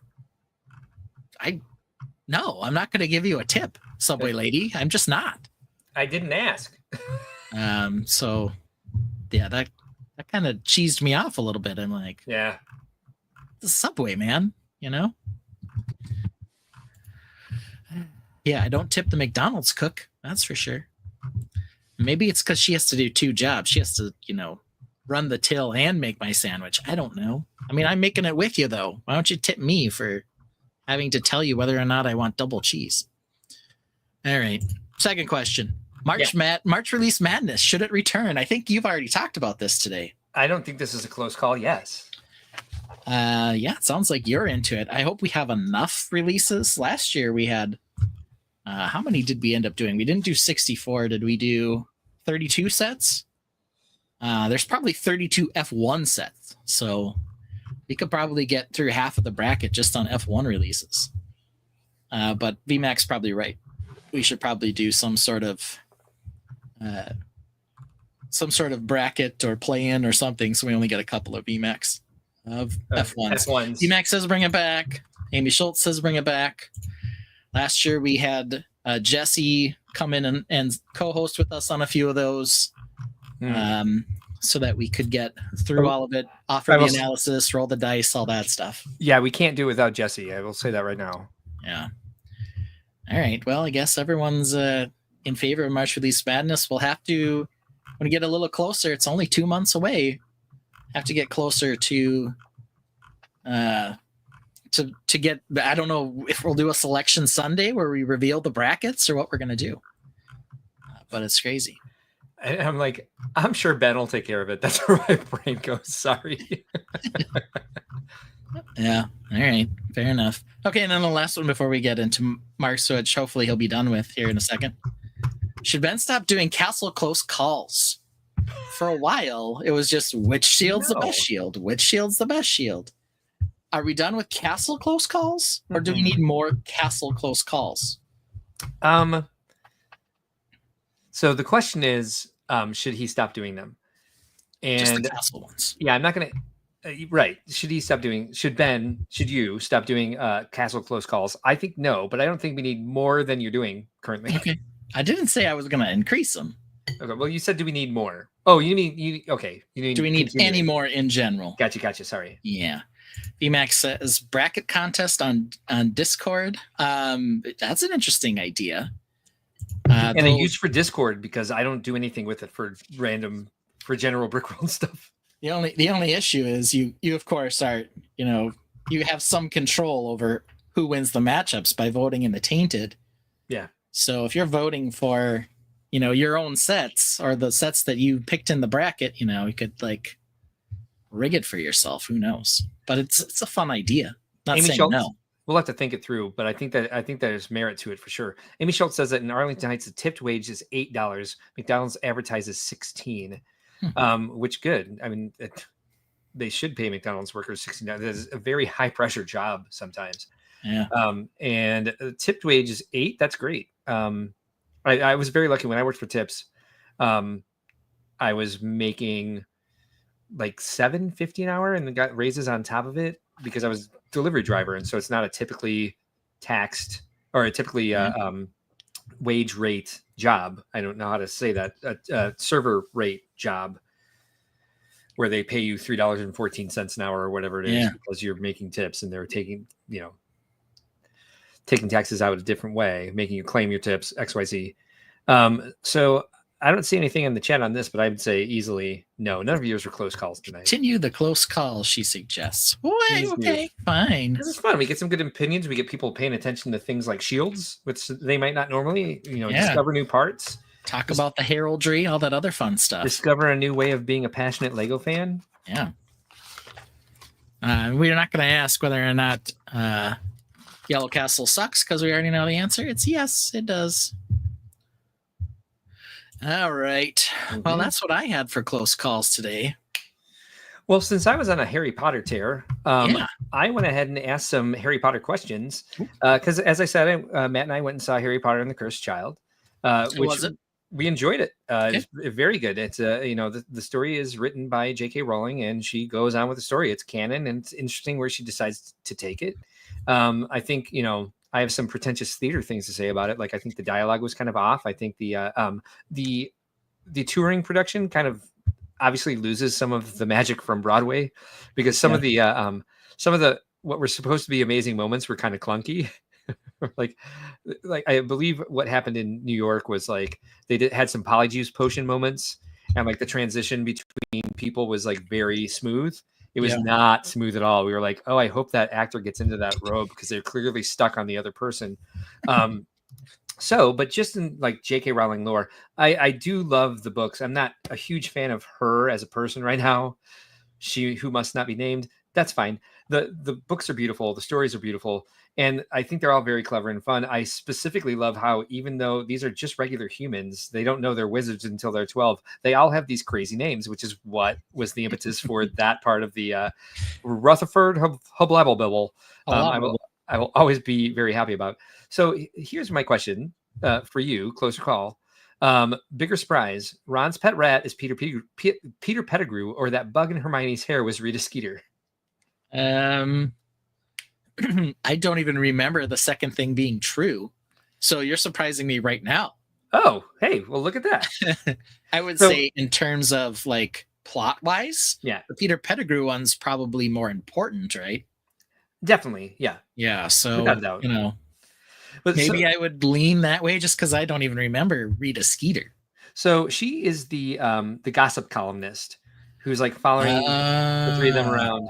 And in the book, it's like it's interesting to read J.K. Rowling because like when you go back, I was doing a spoof of it for Eurobricks for a Mafia game. And I went back to see like what the actual dialogue was in certain areas because I wanted it to kind of be the same. And the way I remember the dialogue happening was much more. It was more is said.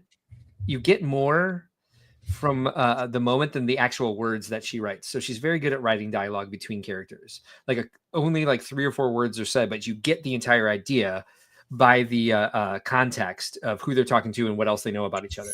Yeah, she's actually really good about that. So I remember reading Goblet of Fire and being like, oh, I like how she throws in detail because it says Victor Crumb reached up to Hermione's hair and wiped a bug away because they had just gotten out of the lake. The Black Lake, I think it's called, the lake in the Forbidden Forest, or the lake on the Hogwarts ground, after the Tri-Wizard tournament the second event, the second challenge. And they, he saved her from being tied up by the mermaids or whatever. And so, of course, she'd have a bug in her hair. So he's just like, and he wiped a bug away from her hair. I'm just like, oh, I like how she puts all that detail in. Well, it turns out to be very significant later because the bug is Rita Skeeter, this columnist. And how clever is that she's a gossip columnist and she's a fly on the wall or a fly in the air, and she's a mosquito. She's a bug. Gotcha. Yeah. Like you would bug somebody to listen to them without your knowledge. Yeah. Yeah. Fly on the wall. She's a bug. Her name is Skeeter, like a mosquito. But Peter all Pettigrew, kinds of stuff in there. Peter Pettigrew, like they talked about the stupid rat that Ron keeps in his pocket for 3 books before he was revealed as a transfigured wizard. They even talk about how Scabbers, the rat, is such a janky pet that he's like missing toes. Yep. And what they think Peter Pettigrew is dead because they found body parts of him. His body parts, yeah. Mm-hmm. Yeah, I remember the missing toes as part of this whole thing. Very clever. Yeah, he was a spy for whoever he was spying for. Voldemort. He who shall not be named, Mark. That's why I said whoever.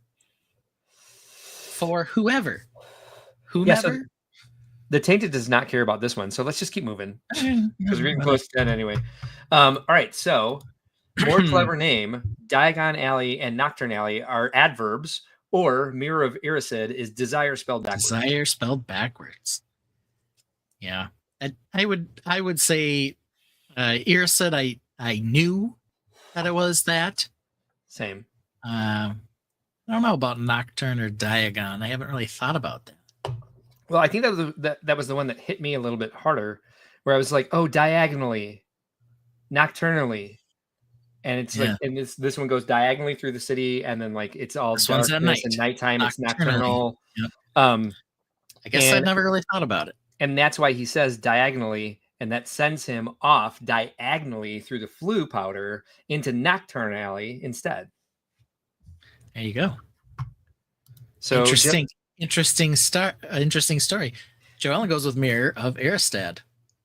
And Amy Schultz doesn't know enough about Harry Potter to answer. Yeah, she actually says she doesn't know anything about Harry Potter. She did say that. You probably know something about Harry Potter, Like he's a wizard. He's a wizard. He's a mudblood. He has glasses and a scar. You might be going too far with a scar. The mudblood will take out. Yeah. She probably doesn't know mudblood. What? Mudblood. Yeah. All right. Well, that's fun. Yeah. Well, I guess that one's over. Okay. All right. All right. So last one of the evening. All right. I'm ready. Better eyes for Fabuland figures. Pupil only or pupil with whites? Well, I know what you would say. Yeah. Yes. So I'm not going to answer on this one because I definitely have a horse in this race. Can I be honest? I like the guy on the right because he reminds me of Snoop Dogg. But is it the chain or is it the eyes? It's the chain. I'm going to be honest. Well, then pay attention to his face. I can crop these. Okay, I'm looking up. Honestly, I find the black eyes with the specs a little creepy. Okay, fair enough. I find the other ones creepy with the pupil, with the whites of the eyes. Well, because that's not what animals who have, you can see the whites of their eyes. Yeah, that's creepy to me. Okay. Interesting. Yeah, because you like want to see all of the eye inside the inside. Maybe it's because They the both have, shape like- of the eyes are so large on those that it doesn't give me the same animal vibes. I do love the chain though. I do like that he's like a rapper lion. Guy on the left. Well, do He's not Snoop pay attention. Lion. Do not pay attention to the chain. In one of the people. sets, let me see if I can find it. They have that character with the gold chain and like a straw hat, so he 100% looks like a pimp. A straw hat. Yes. Well, he's Nice. on a boat with his date, who's a hippo. Oh, okay. Who I think in real life he'd eat. But Kind of liking it. He's the pimp, and he's got the hippo charge. Let me see if I can find this. As demonstrated earlier, I know the year of release of most of these. Let me see if I can find this. Is it the boat or is it the garden? It's the boat. Okay. It's not Any its other- own sub theme. That's just titled boat, is it? I think we have another comment here. The one on the right is an anthropomorphized version. Maybe Why a is little more. They're the molds are the same though. I mean, the Why- only difference yeah. is the print. the print, the Wha- chain in the eyes. So, Joellen, why is the one on the left not anthropomorphized? Yeah, I think it is. It's got arms and feet. Or why I is don't the know. one on the left not? Yeah. The eyes are more human-like. Yeah, I know. Okay, sorry. I mean, it's true. They are. Mm-hmm. But yeah, he does definitely give us like a different vibe with the way There he it is. is. Okay. Hold on, we'll go ahead and I think everyone needs to see this. There he is. There he is indeed with the straw Lionel hat. Lion. I'm going to tell you right now, Lionel does sound a little bit like a pimp. Mm-hmm. No question. Let's check this guy out here. It's even like Yeah, man. askew. Off to the side a little bit. Yep, I like it. I dig it. I dig it. Because the eyes are more human-like. But I mean, the one on the left is still anthropomorphized because it has arms and legs like a human. Yeah. If he had a cane, he would literally be telling that lady to give him his cut. I mean, but the when she question got off the boat, you know? Also, the question isn't which one is more anthropomorphized. It's what are the better eyes? Yeah. I find the one on the left just cuter, and I find the one on the right creepy. But I know that a lot of people have said exactly what you said, that the one on the left is creepy to you. I feel like if he just had the one little like eye speck Instead of two, I'd feel differently. it's like the speck on the top is the power in his eyes, and the speck on the bottom is the fear in your eyes. Is that right? Maybe. I don't know. Is That's that popsicle? intense. I don't That's know. intense. I'm making a guess on the psychology of it. I haven't thought that hard about the psychology of Animal or Fabuland Eyes. At least you didn't say Chima. Hey, you are the Animal Crossing guys. You're also the Fabuland guy. So I caught myself. They go hand in hand. I see Yeah. that now Yeah, they're friends. for sure. They are friends. They're friends. They both make me think of you. Aw, thank you. Yeah. Mm-hmm. I think of you when I hear people who hate Castle. Yeah. Well, fair enough, because I do hate Castle. All right, Ranty McRanter Pants. Yeah, that's me. Are you ready to do some ranting? I am. Are you? Yes. I usually let you go first. Would you rather I go first? No, I can rant. All right, cool. I'm ready to go. I'm ready to give you a piece of cake. All right. I'm ready to eat it. Do you want to hit the okay, listen up first? Because I always turn the volume down before I hit piece of cake. And if you want to hit those two things first, then. Okay, listen up. Okay, listen up. We like to get that a couple times in there. If that is your real name. All right. Who are we complaining about today? I'm ready. All right. Here, you let me know when you hit that. You say go. Go. And I'll hit cake. All right. Listen up, Lego. I went to your store January 1st, and you had a hard limit of only 5 CMFs per customer. 5.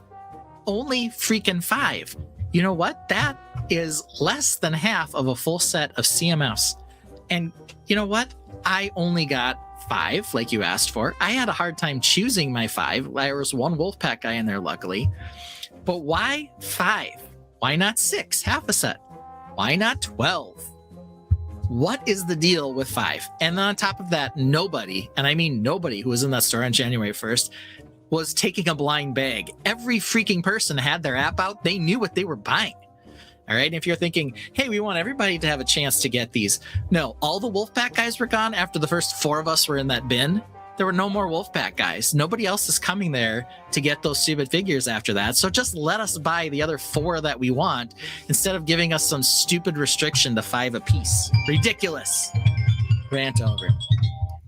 Yeah, I was. The time went so fast on that because I'm very surprised they just didn't have the stock to cover it because CMFs are big. I feel like Lego should know this by now. Well, and here's the thing. Yeah. So I finished there. And there's a beautiful, amazing, world's greatest store in the entire world called Shields. Shields is a Midwest thing. It's a sporting goods store that also carries Lego. Okay. And so I drove. There's only one in the Twin Cities, but there are several in the state. Yeah. I drove to Shields after, and they had 28 cases. Yeah, right? Of CMFs there with no limit. Right. Yeah. So you just get as many as you wanted, man. Right. And they're Lego. I got the rest of my set. They should have a priority over shipping, over Shields. Yeah. That's ridiculous. All right. So Reed is laughing out loud. He's happy he found him early at Walmart. There's no limits there.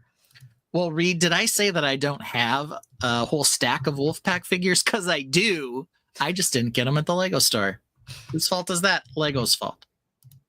That's whose fault that is. Yeah, good call. No, that annoys me. I was very enthralled with that rant. Okay. 5. And I was like, why 5? And they didn't have it advertised anywhere. I walked up to the till with 12 of these freaking things, and I had to put 7 of them back. Ridiculous. Oh, you can only have 5. And then someone was complaining. They're like, hey, guess what? You can only get 5. And the guy was like, no other Lego store has this restriction. And the guy was like, no, actually, all Lego stores have this restriction. I'm like, just forget it, dude. Just take your best 5 and go to Shields. That's what I'm doing. So I was more annoyed that he was arguing about it. I can rant about it. That's fine. But I'm not going to rant to the employees. They're just doing their job. If they were told you can only get 5, you can only get 5. I demand satisfaction. Yeah. Amy Schultz says, I don't have the app. Amy, there's like 6 apps. Yeah. Just go find one. I would say you can get it if you have a phone. Yeah. You can just go find one. There are several versions. And I've got a... Which one do you use? Which one do you recommend, Ben? The one I use is OMG Bricks. OMG Bricks. Let me see what I have. Yeah. Let's see if we can do this here. So these should all be Wolfpackies. So I got 3 of them here. And what's cool about OMG Bricks, not a sponsor, hashtag no sponsor, is you can scan several at a time. You don't just have to scan one at a time. Yeah. So if I have them stacked up like this, yeah, and I'm in my minifig scanner and I hold it up to it, maybe you'll be able to see it on camera. There. Yep. Here. Got 'em. See, they all pop up as Wolfpackies. Yeah. So you can do like 3 or 4 at a time. So. Oh, I have that one too. Yeah. So I have that one. I have minifig scan as well, which gives you the option to like. Does OMG Bricks cost anything? Nope. Minifig scan lets you catalog how many you have, so then you can look back through on OMG. Yeah, I like that feature a lot. Yeah. So pretty cool. So and I will say, after you buy them, I would open up at least one and make sure there's not like fake stuff inside. There have been people who have been reported, and this is not the first series where they've done this, who have opened the boxes in some way and replaced the contents and then returned them. Gotcha.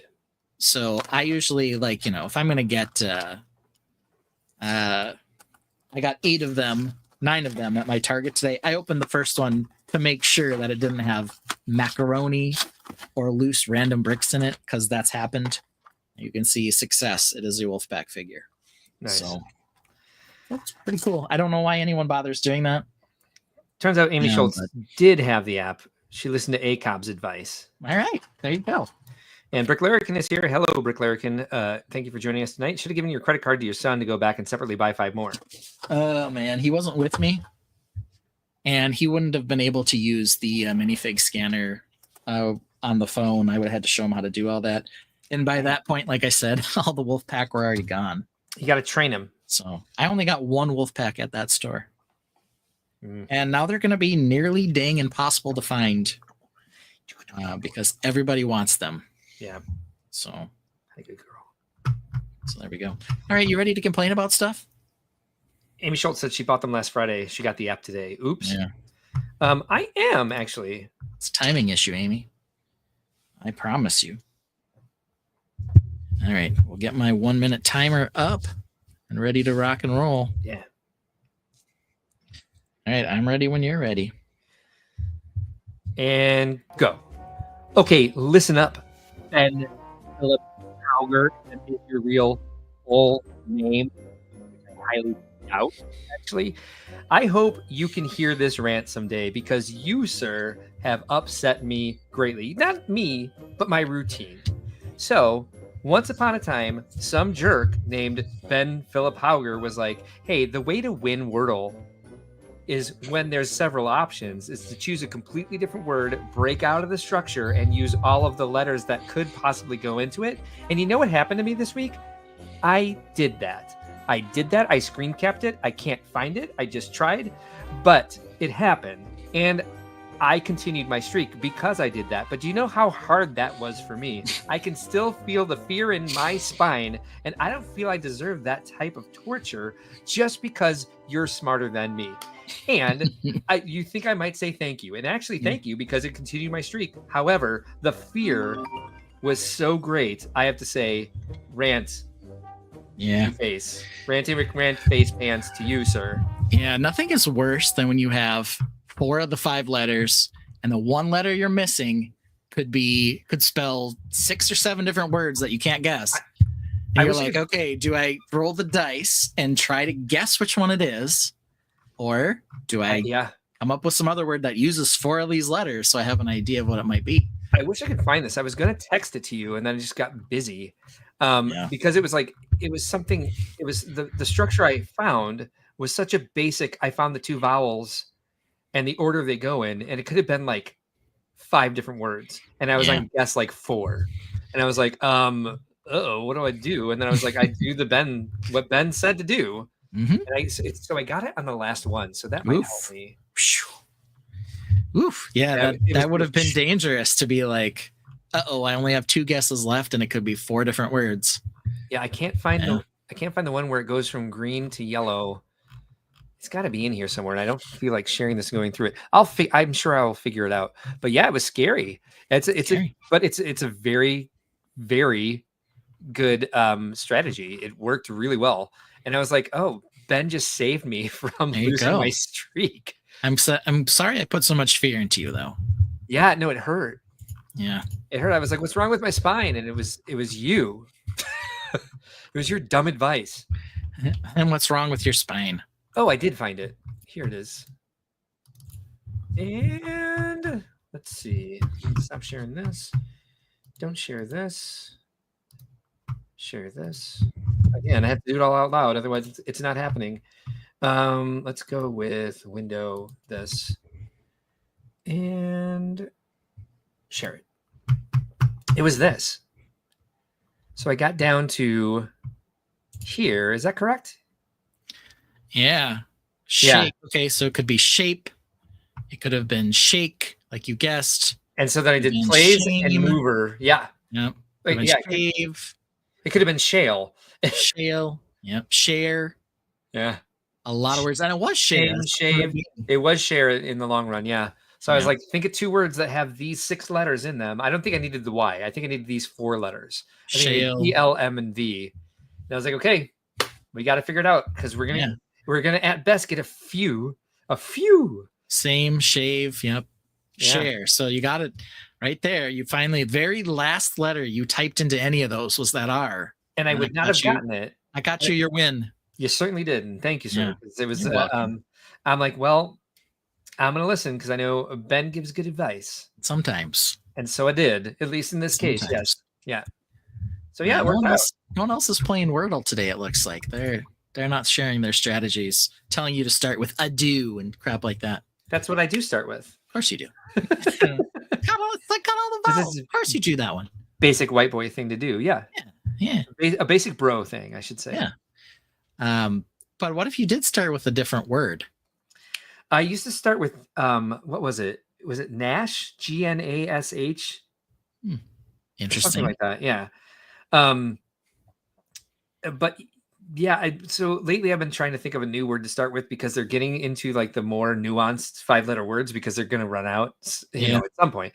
Yeah. I'm trying to think of like a trickier word just because I want to get the first word guess one of these days. And one of these days, no, they're never going to go with a do at this point. I think it's like everybody's opener, you know. They'll need to, and if it's in their catalog, if it's in their word list, it's going to be there eventually. Yeah.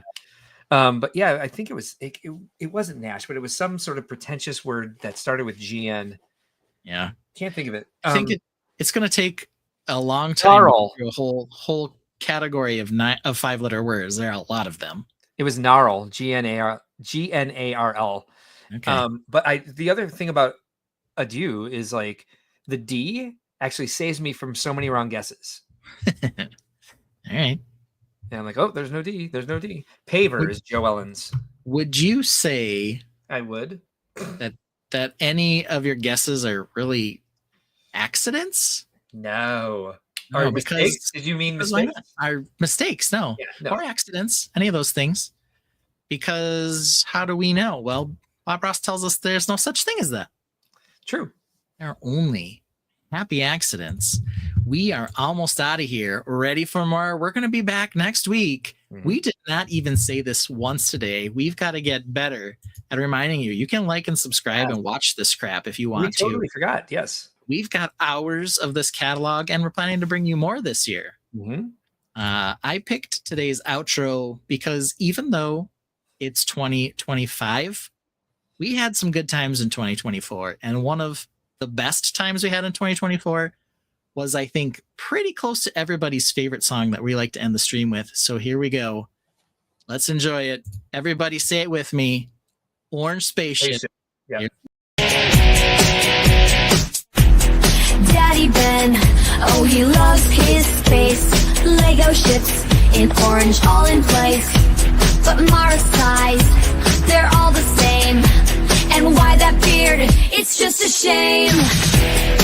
Orange ships, computers galore. Mara dreams of something more. In Legoland, where dreams take flight. Orange or not, they'll get it right. Daddy, your ships are lame. All of them look the same.